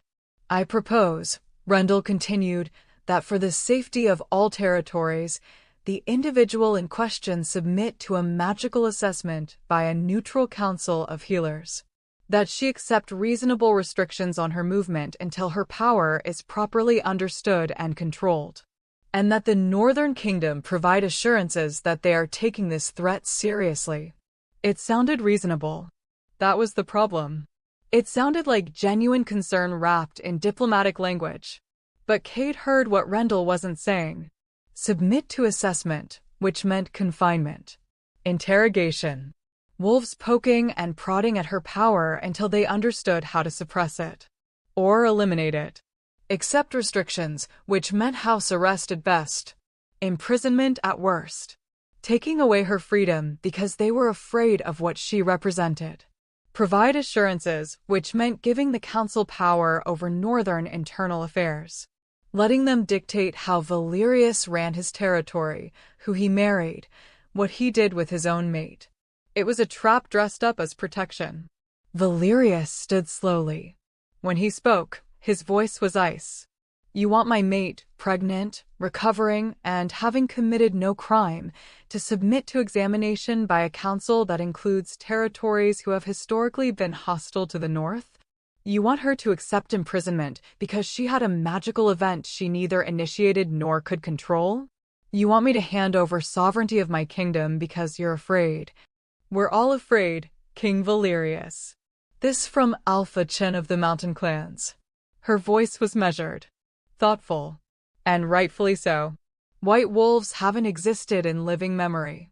Their power was legendary. Catastrophic. The stories say they could level cities, reshape landscapes.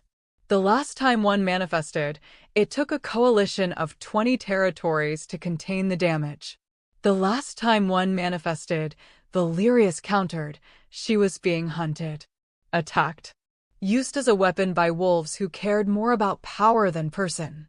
The stories you're referencing aren't about white wolves being naturally destructive. They're about what happens when you back a powerful wolf into a corner and give them no choice but to fight. Which is exactly what we're trying to avoid, Rendell said smoothly. By addressing this now, peacefully, we prevent a situation where anyone feels cornered, where anyone feels the need to fight. You're trying to corner her right now, Mira cut in. She'd stood without waiting for recognition, her voice sharp. You're using fear to justify taking away her freedom, her rights, her autonomy. All because she had a medical event, because that's what it was, a magical manifestation triggered by stress, in a room full of wolves who've been staring at her all night like she's a curiosity instead of a person. The Southern delegation speaks out of turn, Rendell said, but there was an edge to his voice now. The Southern delegation, Cade stood, and every eye turned to him, stands with the North on this matter. Alpha Rendell's proposal is thinly veiled imprisonment justified by hypothetical threats. Queen Seraphina has harmed no one, threatened no one. Her only crime is being powerful in a room full of wolves who prefer their females weak. The chamber erupted. Alphas shouting over each other. Delegations arguing. Accusations flying about betrayal and politics and ancient alliances being thrown away. Corvus slammed his staff down repeatedly until order was restored. Alpha Cade. Are you officially declaring the Southern Pax alliance with the Northern Kingdom on this issue? I am. Cade's voice was steady. We oppose any measures that would restrict Queen Seraphina's freedom or subject her to what amounts to political imprisonment. She is a sovereign queen of a sovereign territory. She deserves the same respect and autonomy we would grant any other ruler. Even though she's also your rejected mate? Rendell asked, and there it was. The knife he'd been waiting to use.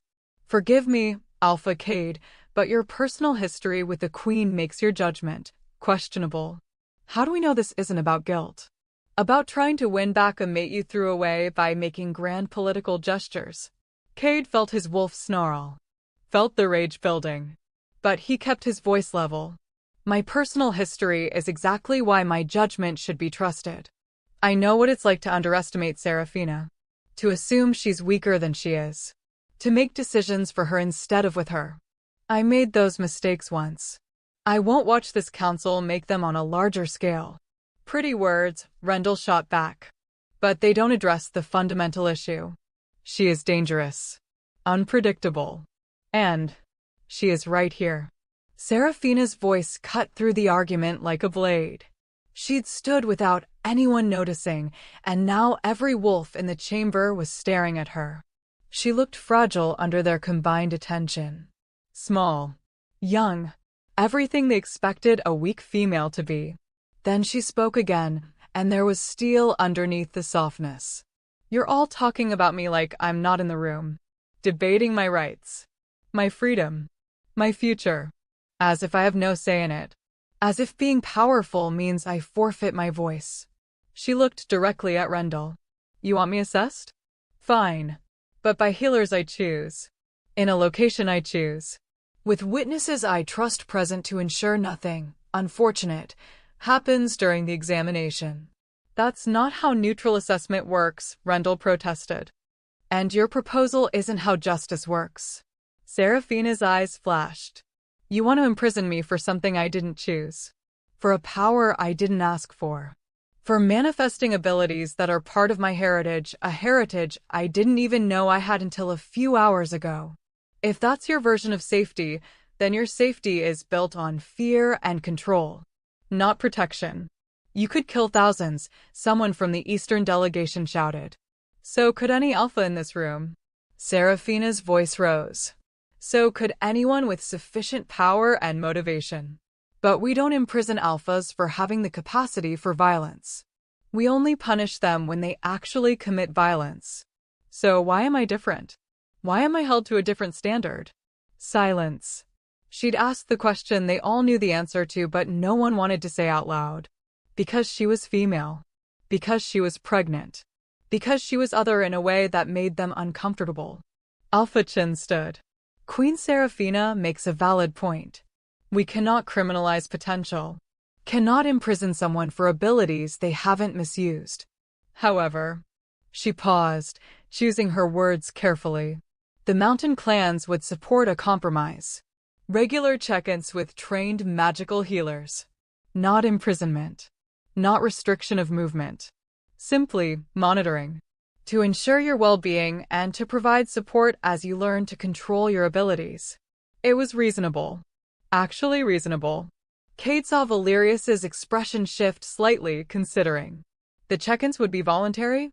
Seraphina asked. Yes, though refusing them would raise concerns.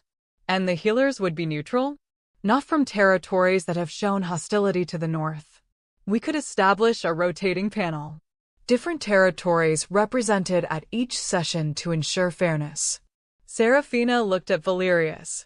Some silent communication passing between them. Then she nodded. I can accept those terms. Provided one additional condition. Which is that this arrangement has an expiration date.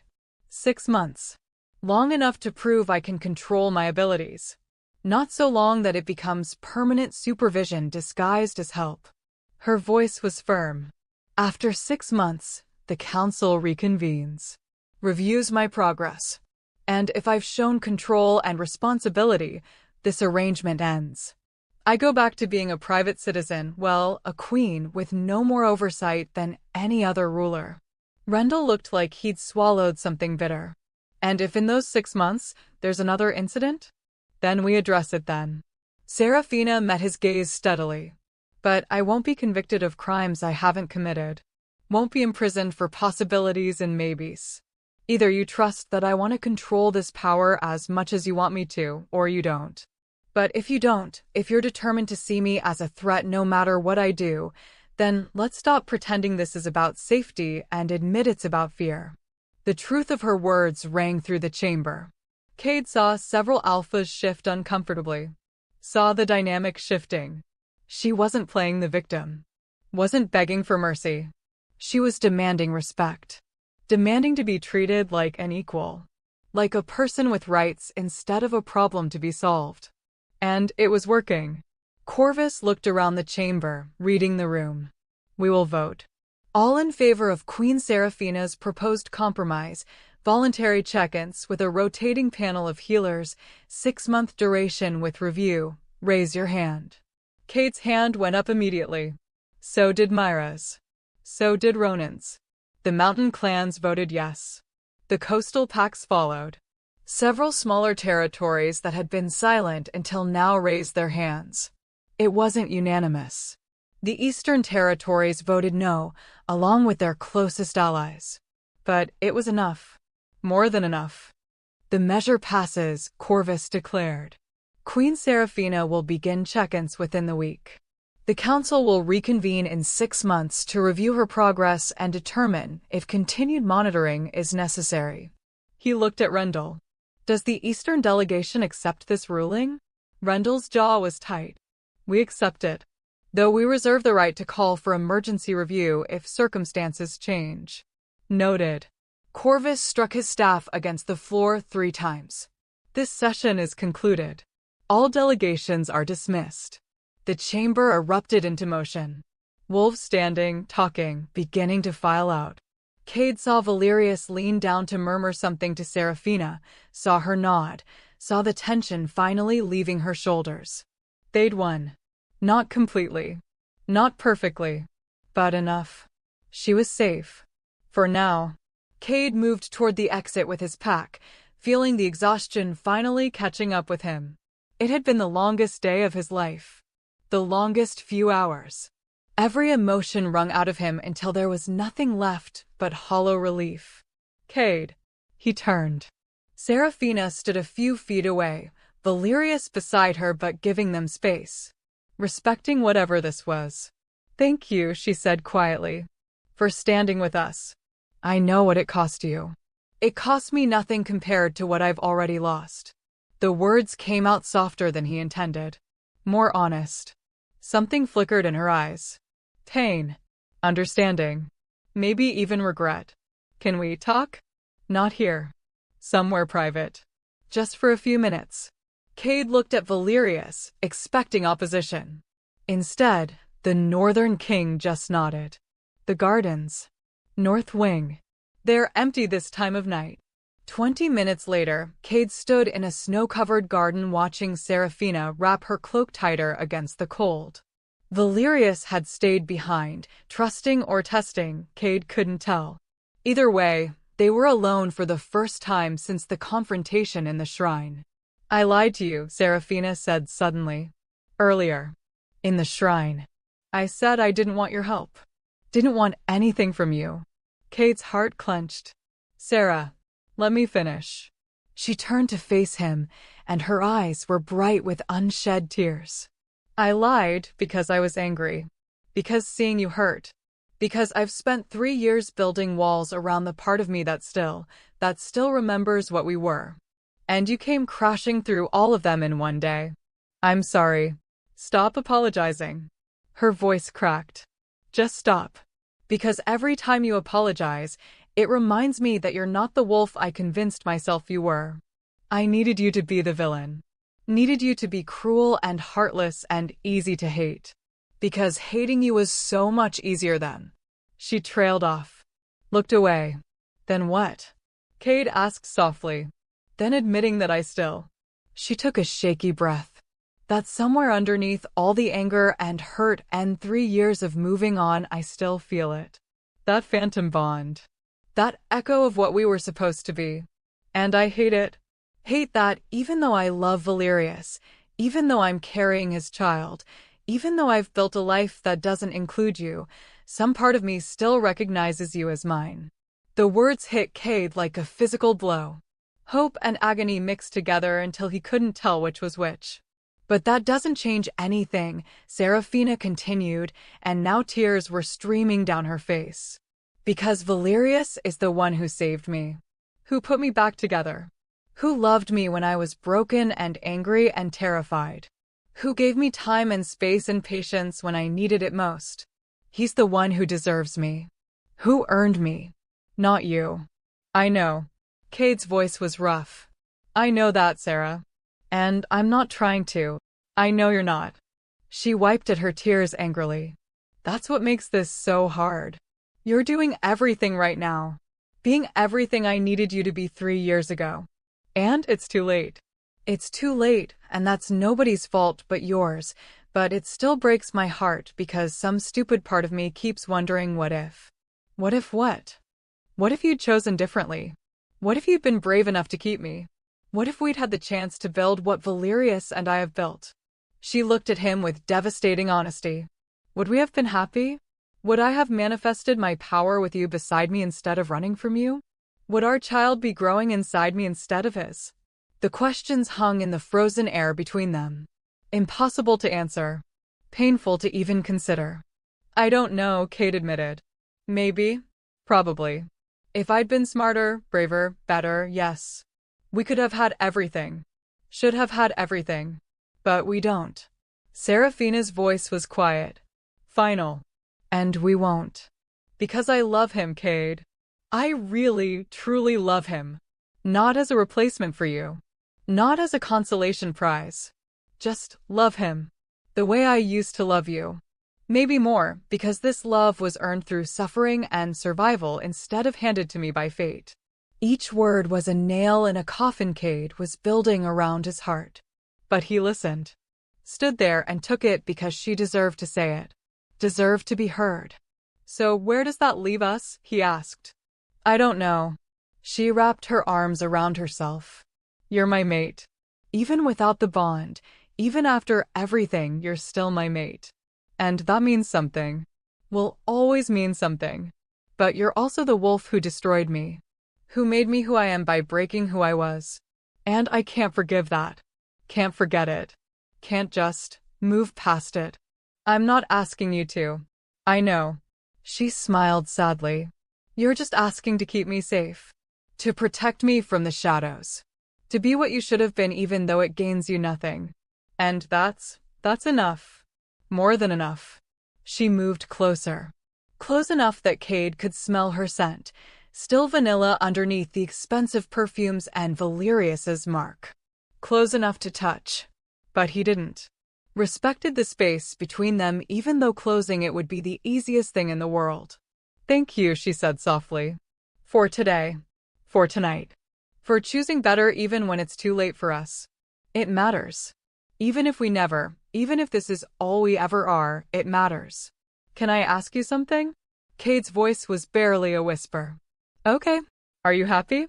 Really happy? With him, with your life, with all of it? Serafina considered the question. Then nodded. Yes, I am. It's not the happiness I imagined when I was young and naive and thought fate would just work out. It's harder than that. More complicated. But it's real. And it's mine. And most days, that's enough. Good. And Cade meant it. Really meant it. That's all I wanted to know. They stood there for a moment longer. Two wolves. Two mates. Two people whose story had ended before it really began. Then Serafina turned to go. Paused. Looked back one last time. Cade? Yeah. The prophecy. The one about the choice you'll have to make. Her voice was careful. When that time comes, when everything's falling apart and the world's burning, I need to know you'll choose right. Not for me. Not for us. But for everyone. For the future. What's the right choice? I don't know yet. She smiled sadly. But I think when the moment comes, you will. And I think this time you'll be brave enough to make it. Then she was gone.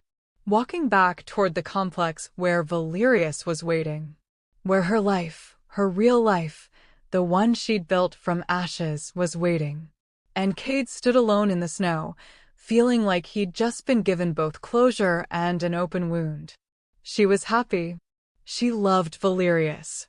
She'd moved on. But some part of her still felt the bond. Still recognized him as hers. It wasn't enough. Would never be enough. But it was something. And for now, standing in the aftermath of the hardest day of his life, having sacrificed his alliances and his pride and his future for a mate who would never be his again. For now, something would have to be enough. 3 days passed. 3 days of summit sessions and political maneuvering and careful distance between territories that had suddenly found themselves on opposite sides of an ideological divide.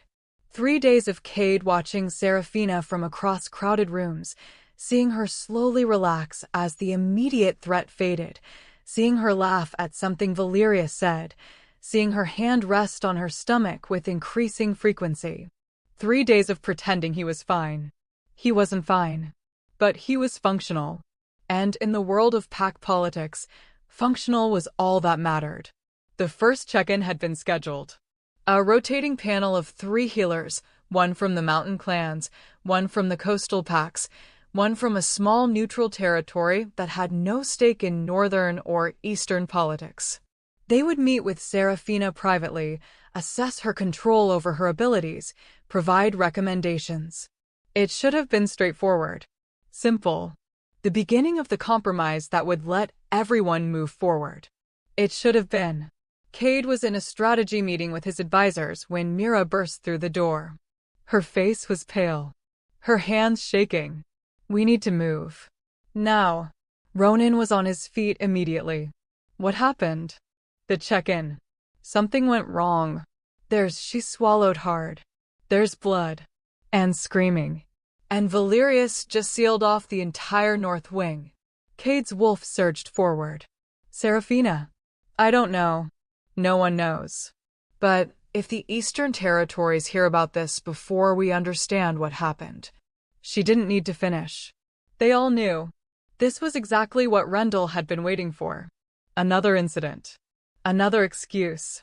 This time, there would be no compromise. No negotiation. Just imprisonment or war. They ran. through corridors filled with confused wolves drawn by the commotion. Past guards trying to maintain order while clearly having no idea what was happening. Up staircases toward the north wing where an ominous silence had fallen.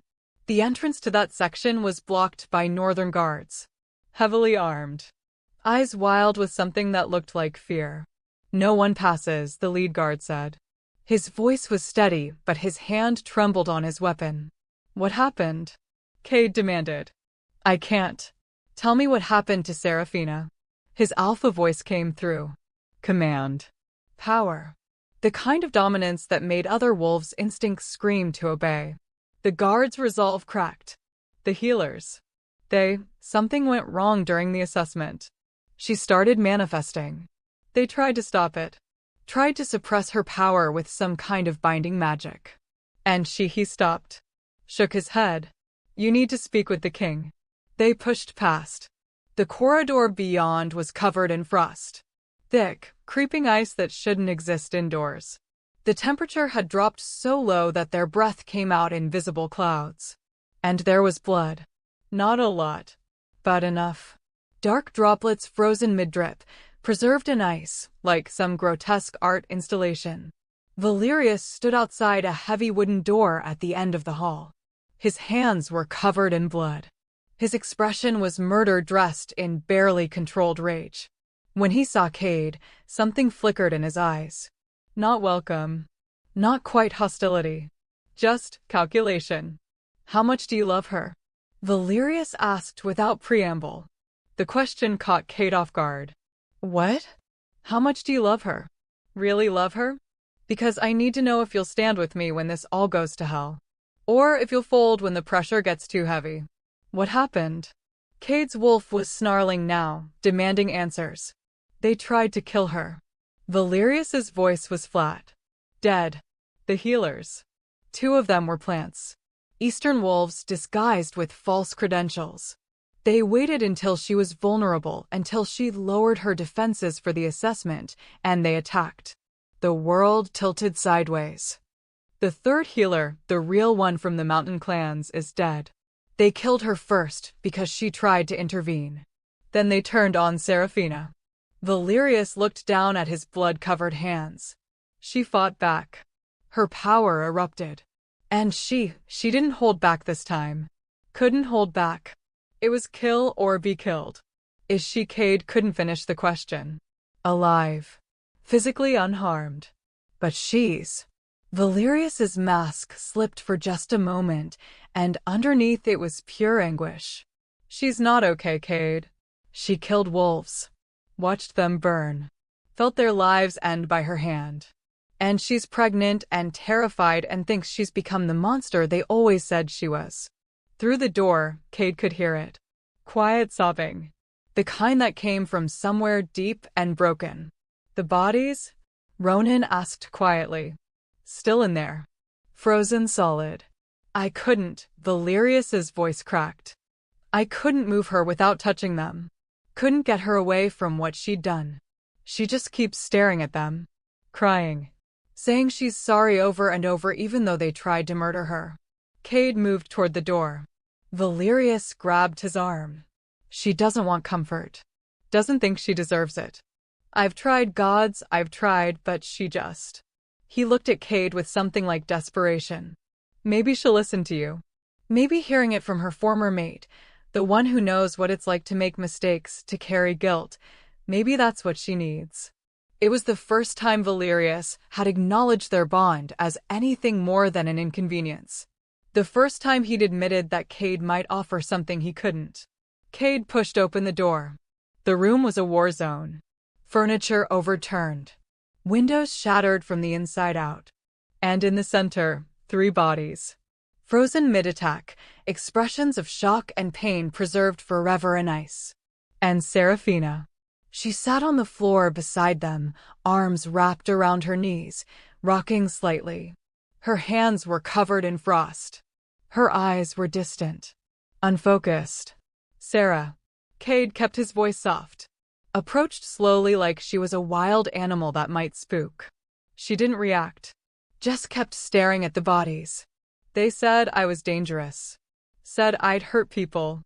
And I said no, I'd never hurt anyone. I just wanted to be left alone. To live my life. Her voice was small. Childlike. But they were right. Look what I did. Look what I am. Cade knelt beside her. Close, but not touching. You defended yourself. I killed them. They tried to kill you first. Tried to kill your child. Does it matter? She finally looked at him, and her eyes were devastated. Does it matter who started it? They're still dead. Still frozen. Still going to haunt me every time I close my eyes. Yes, Cade said firmly. Yes, it matters. Intent matters. Choice matters. They chose to attack you. Chose to try to murder you during what was supposed to be a healing session. You chose to survive. That's not the same thing. It feels the same. Tears were streaming down her face now. It feels like I'm everything they said I was. A monster. A threat. Too dangerous to exist. You're not a monster. Cade reached out slowly, giving her time to pull away. When she didn't, he took her hand. Ice cold. Trembling. You're a person who was put in an impossible situation. Who fought back when backed into a corner? Who chose life over death? That's not monstrous. That's human. I'm not human anymore. She gestured at the frozen bodies. Humans don't do this. Wolves do. Alphas do. Anyone with power does when threatened. Cade squeezed her hand gently. I've killed Sarah. In pack wars, defending my territory. Ronan has killed. Mira has killed. Valerius has probably killed more wolves than everyone in this summit combined. We're all carrying blood on our hands. The question isn't whether you've killed. It's whether you'll let that define you. How? Her voice broke. How do I live with this? One day at a time. One breath at a time. You let people who love you help carry the weight. You remember that survival isn't something to be ashamed of. And you keep going. Because the alternative is letting them win. Letting them turn you into the monster they claimed you were. Serafina was quiet for a long moment. Then, so softly he almost missed it, I'm scared. I know. Not of them. Not of the Council, or the Eastern Territories, or any of it. She looked down at her stomach. I'm scared of me. Of what I might do if I lose control again. Of what my child will inherit. Of raising a baby who might have this power and not knowing how to teach them to use it safely. Then we figure it out together. The words came before Cade could stop them. Not just me. Valerius. Your pack. Anyone who wants to help. You don't have to carry this alone. Why? She looked at him with genuine confusion. Why do you keep helping me? Keep protecting me? I told you I don't want you back. Told you we're done. But you're still here. Because love doesn't stop just because it's not returned. Cade said it simply. Honestly. Because you're my mate, and that means something even when the bond is broken. Because seeing you hurt, seeing you blame yourself for surviving, is worse than any rejection. Than any loss. New tears spilled down her cheeks. That's not fair. You can't keep being perfect now. Can't keep saying exactly what I need to hear. It makes everything more complicated. Life is complicated. Cade managed a small smile. We just do our best with the complications we're given. The door opened. Valerius entered, moving immediately to Serafina's other side. He knelt and wrapped his arms around her, and she collapsed into him. Crying harder now. Finally letting herself feel the full weight of what had happened. Cade stood. Started to move away to give them privacy. Stay. Valerius's voice stopped him. Please. He looked at Cade with something like understanding. She needs both of us right now. Can you do that? Can you stand here and help me hold her together even though it's my arms she's crying in? It should have been torture. Probably was torture. But Cade nodded anyway. Stayed. Stood as a silent presence while Valerius murmured comfort in Serafina's ear. While her sobs gradually quieted. While the frost on her hands slowly melted. Outside, Cade could hear voices. Ronan coordinating with northern guards. Mira trying to control the narrative before word spread. The machinery of politics grinding into motion to contain this disaster before it exploded into something worse. Because it would get worse. The moment the Eastern Territories learned that their assassins had failed, that Serafina had killed them in self-defense, they'd spin it. Make her the aggressor. Use it as proof that she needed to be contained or eliminated. War was coming. Maybe not today. Maybe not tomorrow. But soon. The fragile peace they'd built was cracking. And at the center of it all was a pregnant girl covered in blood she'd been forced to spill, trying to understand how to be both powerful and good in a world that seemed determined to make her choose. Eventually, Serafina's crying slowed. Stopped. She pulled back from Valerius, wiping at her eyes. I need to address the council, she said. Her voice was raw but steady. Before Rendell and his wolves spread their version. I need to tell them what happened. Show them the bodies. Make them see the truth. Sarah, you don't have to. Valerius started. Yes, I do. She stood, and despite everything, there was steel in her spine now. I won't hide. Won't let them make me into something I'm not. If they want to call me a monster, they'll have to look me in the eye and see that I'm just a person who refused to die quietly. She looked at Cade, then at Valerius. Will you stand with me? Both of you? When I face them? Always, Valerius said immediately. Cade nodded. Until the end. She took a shaky breath. Then let's go. Let's show them exactly what they created when they tried to kill me. And let's make them understand that I won't be their victim. Won't be their scapegoat. I'll be their queen. Their nightmare. Their proof that sometimes, the monster they fear is just a girl they tried to break. She walked toward the door, head high despite the blood and tears and trauma. And behind her, 2 alphas followed. Current mate and former mate. Enemy and ally. Both ready to stand between her and a world that seemed determined to destroy her. Because that's what you did for the people you loved. Even when love looked different than you'd imagined. Even when everything else was broken. Especially then. The emergency council session was called within the hour. Word had already spread through the summit complex like wildfire. Healers dead, the Northern Queen covered in blood, whispers of murder and self-defense and magical explosions. By the time the delegations assembled, the room was crackling with tension thick enough to choke on. Serafina had cleaned up. Changed into fresh clothes, deep black this time, like she was attending a funeral. Maybe she was. The funeral of whatever illusion she'd been maintaining that she could be both powerful and accepted. The northern crown sat on her head, and she wore it like armor now. Like a dare.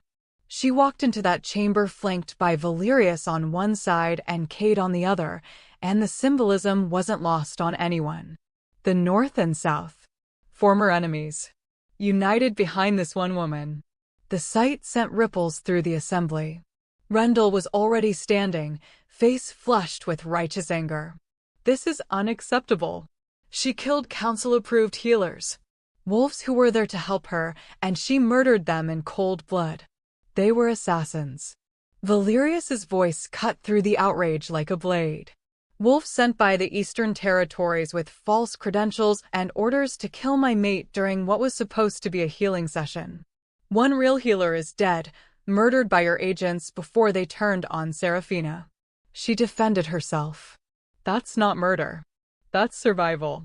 You have no proof. I have their bodies. Serafina's voice rang out clear and cold. Still frozen where they fell. Still bearing the weapons they pulled on me.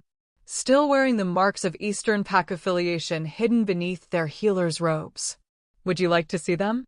Should I have them brought here so everyone can witness exactly what your healing session really was? The chamber erupted into chaos. Alphas shouting. Delegations demanding explanations. Rendell's wolves trying to shout down the accusations while the rest of the council tried to make sense of conflicting information.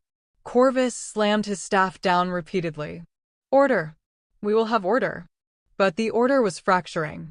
The careful political balance that had held the summit together was cracking wide open. Because if the Eastern Territories had really sent assassins, if they'd violated sacred healing protocols to murder a pregnant queen, then this wasn't just politics anymore. This was war. Hi, Alpha. Alpha Chin of the Mountain Clan stood, her voice grave. One of our healers is dead. Marana was a respected member of our pack. A mother. A wolf who dedicated her life to helping others. If she was murdered while performing her duties. She turned to look at Rendell with ice in her eyes. Then someone needs to answer for that. With blood if necessary. The mountain clans would break peace over the word of a magical abomination? Rendell's voice dripped with contempt. Over someone who's already proven she's dangerous and unstable? Careful how you speak about my mate. Valerius's voice dropped to something lethal. You're one insult away from a formal challenge. And I promise you don't want that fight. Is that a threat? It's a certainty. The tension ratcheted up another notch. Wolves were standing now, hands moving to weapons, instincts screaming that violence was coming and they needed to be ready. Cade stepped forward. We're missing the larger picture. The Eastern Territories have been orchestrating moves against Queen Seraphina since before she even manifested as a white wolf. 3 years ago, their wolves attacked her after my rejection. Tried to kill her then. When that failed, when she survived and became powerful, they've been systematically trying to eliminate her through political means. And when politics failed, they resorted to assassination. Allegedly, one of Rendell's wolves interjected. The bodies don't lie, Mira cut in. She'd been coordinating with Northern Guards, gathering evidence. We've examined them. 2 of the 3 healers were carrying Eastern Pack marks hidden under magical concealment. The real healer, the Mountain Clan's wolf, has defensive wounds. She died protecting Queen Seraphina.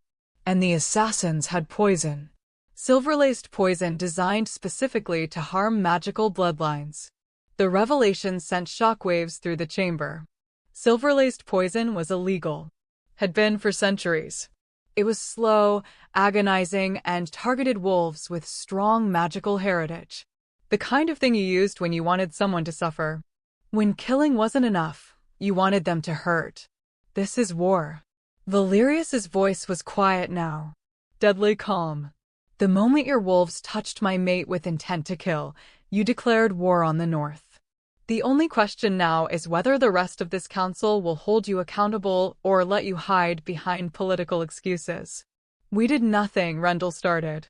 Don't. Seraphina's voice cracked like a whip.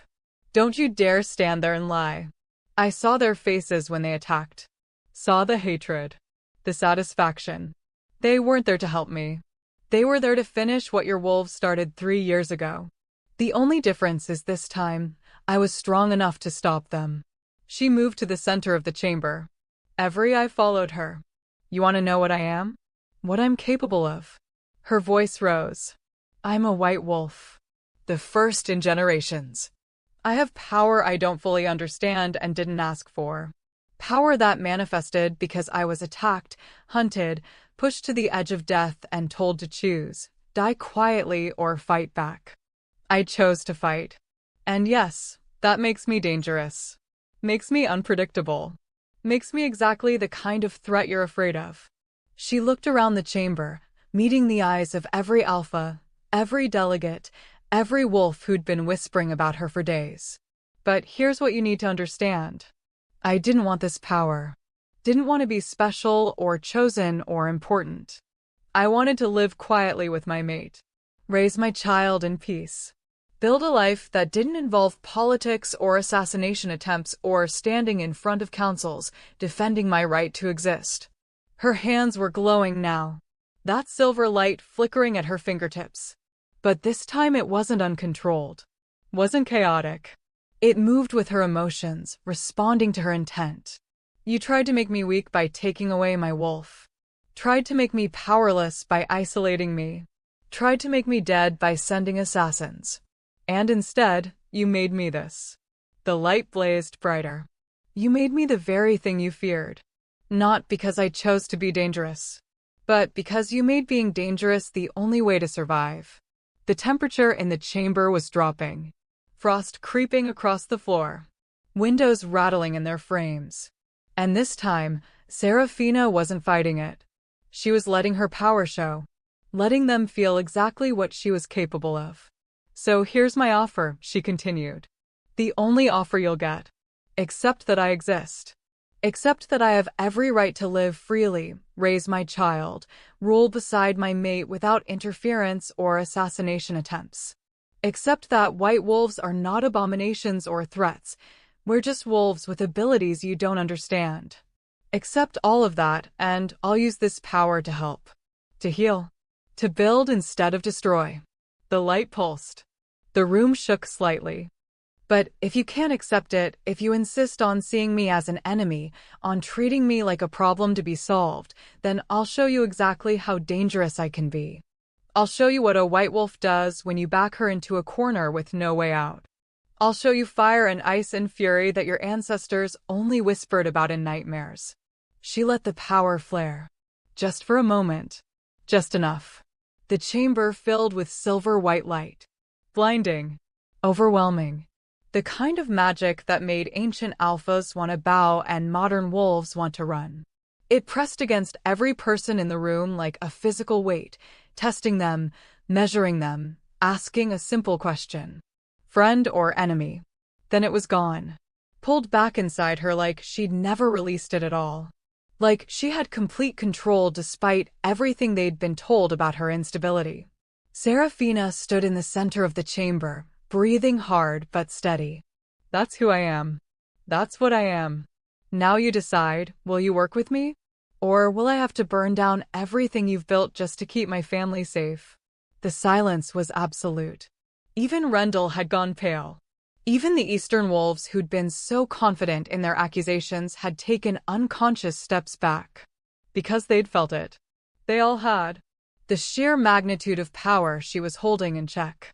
The promise of what she could do if she stopped holding back. Corvus was the first to speak. His voice was measured. "Careful. Queen Serafina. What you're describing is unprecedented. A white wolf choosing integration over isolation. Choosing to work with packs rather than against them. It goes against every historical account we have. Then maybe your historical accounts were written by wolves who feared what they couldn't control," Serafina said quietly. "Maybe the white wolves of the past weren't monsters. Maybe they were just people who were hunted until they had no choice but to become what their hunters claimed they were."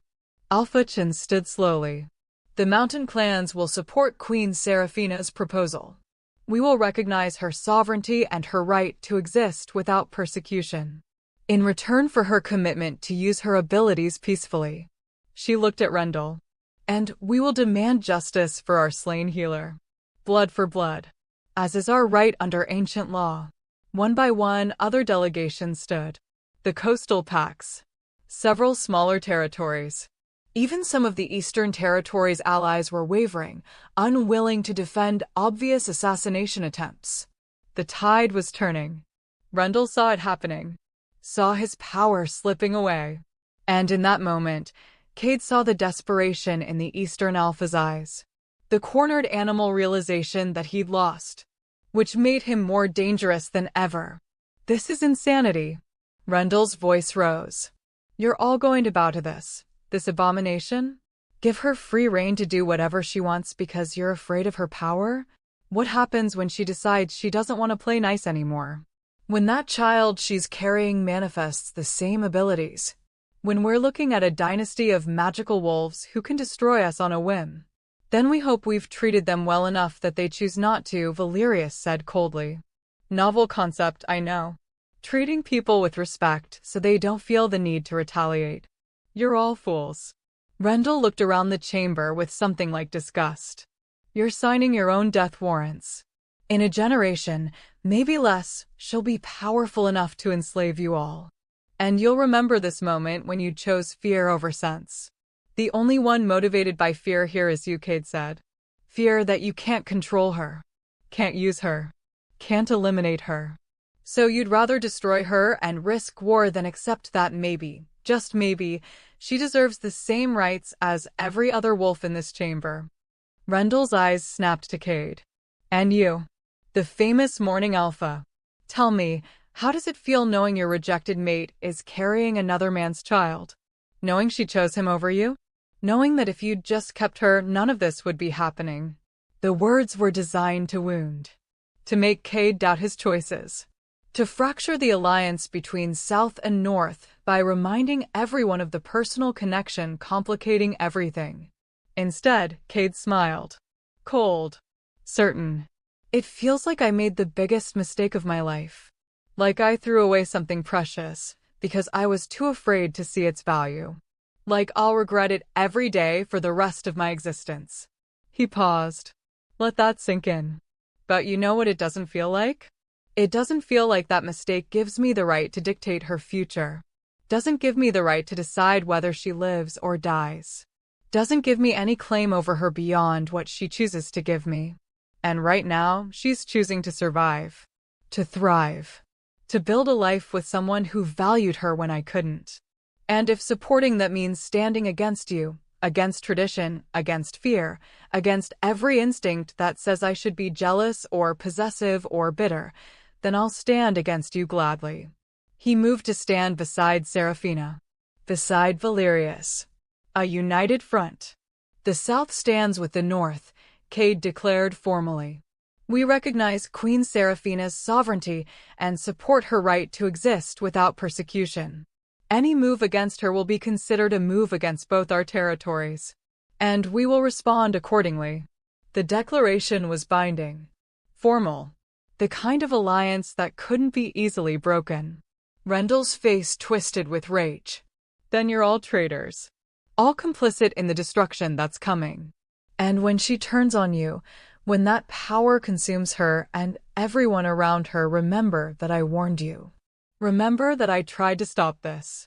He turned and stormed out, his delegation following. Several other Eastern wolves went with them. The chamber felt suddenly smaller. More fractured. But also more unified in some ways. The wolves who remained, who'd stood with Seraphina, now shared something. A choice. A commitment. A belief that maybe, just maybe, the old ways of fear and control could be replaced with something better. Corvus stood slowly. The council recognizes Queen Seraphina's sovereignty. The mandatory check-ins are suspended indefinitely, given that the healing process was compromised by assassination attempts. The Northern Kingdom is granted full autonomy in how they choose to handle Her Majesty's abilities. He looked at Seraphina directly. But I will say this. You have made promises here today. Promises to use your power peacefully. To build rather than destroy. To prove that white wolves can integrate into pack society. I suggest you keep those promises. Because the moment you break them, the moment you give wolves like Rendell ammunition, we'll be right back here. Only next time, there won't be compromise. There will only be war. Seraphina nodded. I understand. And I intend to keep every promise I've made. Not because I'm afraid of consequences, but because I genuinely want peace. Want to prove that being powerful doesn't mean being destructive. Want my child to grow up in a world where they're celebrated for their abilities, not hunted for them. Then we wish you luck, Your Majesty. Corvus struck his staff 3 times. This session is concluded. The chamber emptied slowly. Wolves filtering out in small groups, talking in hushed voices about everything that had just happened. The shift in power. The alliance between North and South. The Eastern Territories' dramatic exit, and what it meant for future conflicts. Cade stayed. Watched as Seraphina finally let her shoulders drop, let the exhaustion show now that she didn't need to be strong for an audience. Watched as Valerius immediately moved to support her, one hand on her back, murmuring something too quiet to hear. She'd done it. Faced down a hostile council. Claimed her power. Made them see her as something more than a threat. She'd won. But the victory felt hollow. Temporary. Because Rendell was right about one thing, this wasn't over. The Eastern Territories wouldn't just accept this defeat. They'd regroup. Plan. Find new ways to move against her. The real fight was just beginning. Seraphina looked up then, her eyes finding Cade across the chamber. For a moment, They just looked at each other, understanding passing between them without words. "Thank you," her expression said. "I'm sorry," his replied. Then she turned away, leaning into Valerius, letting him guide her toward the exit. Toward rest. Toward whatever came next. And Cade stood alone in the empty chamber, feeling like he'd just witnessed the birth of something new. Something dangerous and beautiful and impossible. A white wolf who chose peace. A queen who demanded respect rather than asking for it. A woman who'd survived everything the world threw at her and come out stronger. His mate. Even though she'd never be his again. Mira appeared at his side. "You okay?"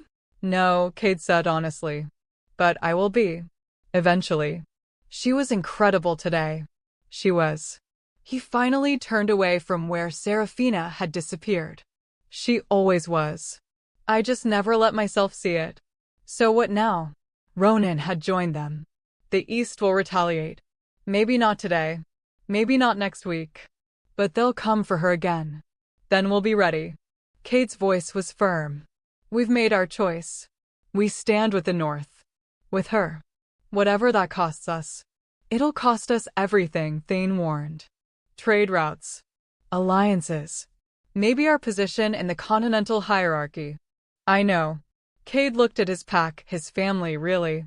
The wolves who'd stood with him through 3 years of grief, and now through this impossible choice. I know what I'm asking you to give up. If anyone wants to leave, to distance themselves from this decision, I'll understand. I'll release you from your oaths. No shame. No judgment. They exchanged glances. Some silent communication he wasn't part of. Then Mira punched his arm. Don't be stupid. We're not leaving. We're just recalculating. Figuring out how to survive what's coming. Together. Besides, Ronan added with a slight smile, someone needs to make sure you don't do anything else stupidly noble and self-sacrificing. It's exhausting watching you throw yourself on swords for a woman who's made it very clear she's moved on. It's not about her choosing me, Cade said quietly. It never was. It's about choosing to be someone worthy of having been chosen by her in the first place. Even if I'm figuring that out too late. Not too late, Mira said softly. Just late. There's a difference. Maybe there was. Maybe in the grand scheme of prophecies and power and political upheaval, maybe his timing wasn't completely catastrophic. Maybe he'd found his courage exactly when Seraphina needed him to, not as a mate, not as a lover, but as an ally. As someone who'd finally learned to put her needs above his own wants. Maybe that was enough. It had to be enough. Because it was all he had left to give. The summit ended 2 days later. Not with the celebration and renewed alliances it was supposed to bring. Instead, it ended with fractured relationships and barely concealed hostilities. The Eastern territories left early, making their displeasure known.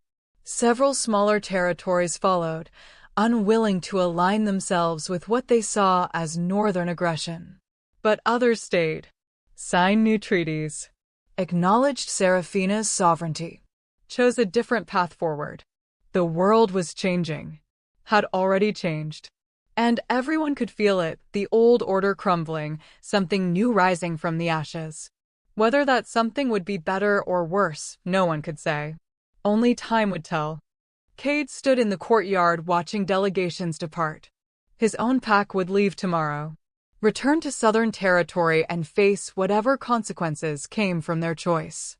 Already, messages had been arriving. Questions from pack members. Concerns from allies. Threats from wolves who saw their alliance with the North as betrayal. He'd deal with it. Had to deal with it. That was the price of leadership, making hard choices and living with the fallout. Cade. He turned. Seraphina stood a few feet away, looking more like herself than she had in days. The formal gowns and crown were gone, replaced by simple traveling clothes. She looked younger, more like the girl he remembered. Except for her eyes held wisdom that came from surviving the impossible. Sarah. I didn't expect. We're leaving. She gestured toward where the Northern delegation was preparing their carriages. Going home. Valerius thinks it's best to get me away from all of this. Let me recover somewhere safe. That's smart. Cade kept his distance, respected the space between them. You've been through hell. You deserve some peace. Peace. She laughed, but there was no humor in it. I don't know if I'll ever have that again. Not really. Not after everything. They stood in uncomfortable silence for a moment. So much left unsaid. So much that couldn't be unsaid. I wanted to thank you, Serafina finally said. For everything. For standing with us when it mattered. For defending me even though I told you to leave me alone. For being better than you were, than I expected you to be. I'm just trying to be who I should have been from the start. I know. She moved closer. Close enough that he could smell vanilla underneath the winter cold clinging to her clothes. And it matters. Even if we can never, even if there's no future for us, it matters that you tried. Will you be okay? Cade asked softly. With the power, with everything? Will you?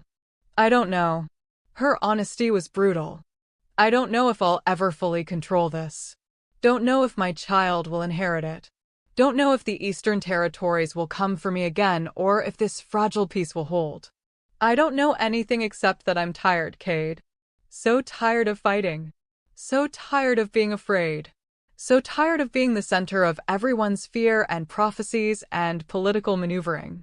I wish I could fix that. The words came from somewhere deep. Somewhere that still ached with the ghost of their bond. Wish I could take it all away. Give you the quiet life you wanted. You can't.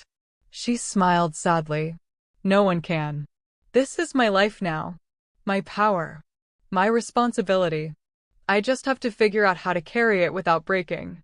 You won't break. Cade said it with absolute certainty. You're stronger than you think. Stronger than anyone gives you credit for. You survived things that should have killed you. Survived me. If you can survive that, you can survive anything. She reached out then. Touched his hand briefly. Just a moment of connection. The prophecy mentioned a choice you'll have to make. When everything falls apart. When the world's burning. I remember. I hope. She paused, choosing her words carefully. I hope you choose right. Not for me. Not for us. But for everyone who'll be caught in the crossfire of whatever's coming. Promise me you'll choose right. I promise. Even though he had no idea what the right choice would be. Even though the prophecy was vague enough to be useless. Even though promising felt like signing his own death warrant. He promised anyway. Because that's what you did for the people you loved. You made impossible promises and hoped you were strong enough to keep them. Serafina pulled back. Looked at him one last time with something that might have been regret or goodbye or both. Take care of yourself, Cade. Take care of your pack. And maybe find someone who can love you the way you deserve to be loved. Someone who isn't carrying another man's child and another man's heart. Maybe. But they both knew he wouldn't. Not really. You didn't just move on from your mate. Didn't just replace the person the moon goddess had chosen for you. You just learned to live with the absence. Fill the empty space with purpose instead of love. Goodbye, Cade. Goodbye, Sarah. She walked away then. Back to Valerius, who was waiting by the carriages. Back to her life. Her future.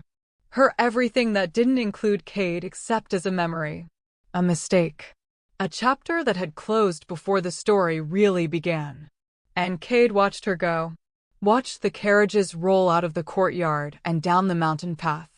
Watched until they were just specks in the distance. Watched until there was nothing left to see. Then he stood alone in the empty courtyard, feeling the weight of everything that had happened settle into his bones. The choices he'd made. The alliances he'd forged. The mate he'd lost twice, once through rejection, once through acceptance that she'd moved on. Somewhere in the complex, he could hear his pack preparing to leave. Mira calling out instructions. Ronan checking supplies. Thane speaking with younger wolves about the journey home. Life continuing. Moving forward. The way it always did even when your world had ended. Cade took a breath. Then another. Let the cold mountain air fill his lungs and remind him that he was alive. Still here. Still had responsibilities. Still had a purpose even if that purpose no longer included the woman he'd been destined for. The prophecy hung over him like a blade. A choice he'd have to make. When everything fell apart. When the world burned. He didn't know what that choice would be. Didn't know if he'd have the strength to make it. Didn't know if choosing right would save everyone or destroy them all. But he knew one thing with absolute certainty. When that moment came, when everything hung in the balance and the future of their entire world rested on whatever decision he made, he'd think of Serafina. Of the girl who'd survived impossible odds. Who'd become powerful despite every attempt to break her. Who'd chosen peace even when war would have been easier. Who'd demanded respect rather than begging for acceptance. And he'd choose to be worthy of having been her mate. Even if only for a brief, shining moment before he'd destroyed it all. That would have to be enough. The story doesn't end here. It can't end here. Because stories like this, stories about power and survival, about love lost and purpose found, about ordinary people becoming extraordinary through pain and choice, these stories don't have neat endings. They have moments, fragments, pieces that echo forward into a future we can't quite see yet. Serafina will go home to the north. Will learn to control her power or be consumed by it. Will raise her child, a child who carries the bloodline of both the Monster King and the White Wolf. A child who might reshape the world or destroy it. The prophecy remains unfulfilled. The choice unmade. The future uncertain. And somewhere in the shadows, the Eastern Territories are planning. Regrouping. Finding new ways to eliminate the threat they couldn't control. Because fear never really dies. It just evolves. Adapts. Waits for its moment. War is coming. Whether in a month or a year or a decade, it's coming. And when it arrives, every choice made here will matter. Every alliance. Every sacrifice. Every moment of courage or cowardice. But here's the question that matters. The one that will haunt these characters and maybe you too, if you let it. Would you have chosen her side? If you'd been in that council chamber, watching a pregnant woman defend her right to exist against wolves who wanted her dead, would you have stood with her? Or would fear have won? Would you have sided with the majority, with the safe choice, with the wolves who promised protection through control? Would you have seen her as a threat? Or as a person? Would you have believed that power corrupts? Or that power simply reveals who we always were? It's easy to judge Cade for his choices. Easy to say you'd have done better. Easy to claim you'd never have rejected your mate, never have let fear win, never have made the mistakes that cost him everything. But would you really? When faced with impossible choices and political pressure and the weight of everyone depending on you, would you really be brave enough to choose love over safety? To choose a person over a pack? To choose what's right over what's easy? That's the question. That's what this story is really about. Not whether Serafina ends up with Cade or Valerius. Not whether she controls her power or destroys the world. Not whether the prophecy comes true or the war is won or any of the details that make up the plot. It's about choices. About whether we're brave enough to see people as people instead of threats. Whether we can look at someone powerful and different and dangerous and still choose compassion over fear. Whether we can stand with the monsters we've created and help them become something better. So I'll ask you one more time.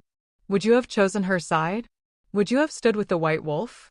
Or would you have looked at her power, her pregnancy, her impossible situation and decided it was too risky?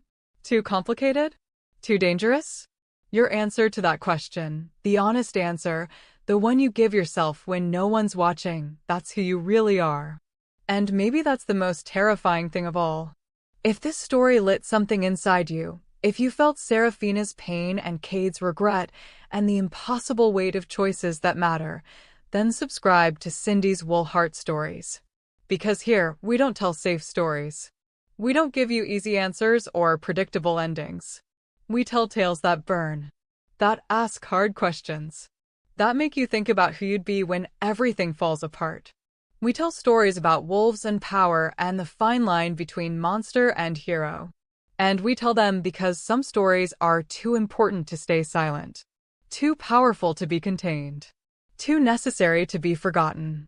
So if you're ready for more, if you want to know what happens when the prophecy comes true, when war arrives, when Seraphina's child is born with power that could save or doom them all, stay with us. Subscribe. Join the pack. Choose your side. Because this story isn't over. It's only just beginning.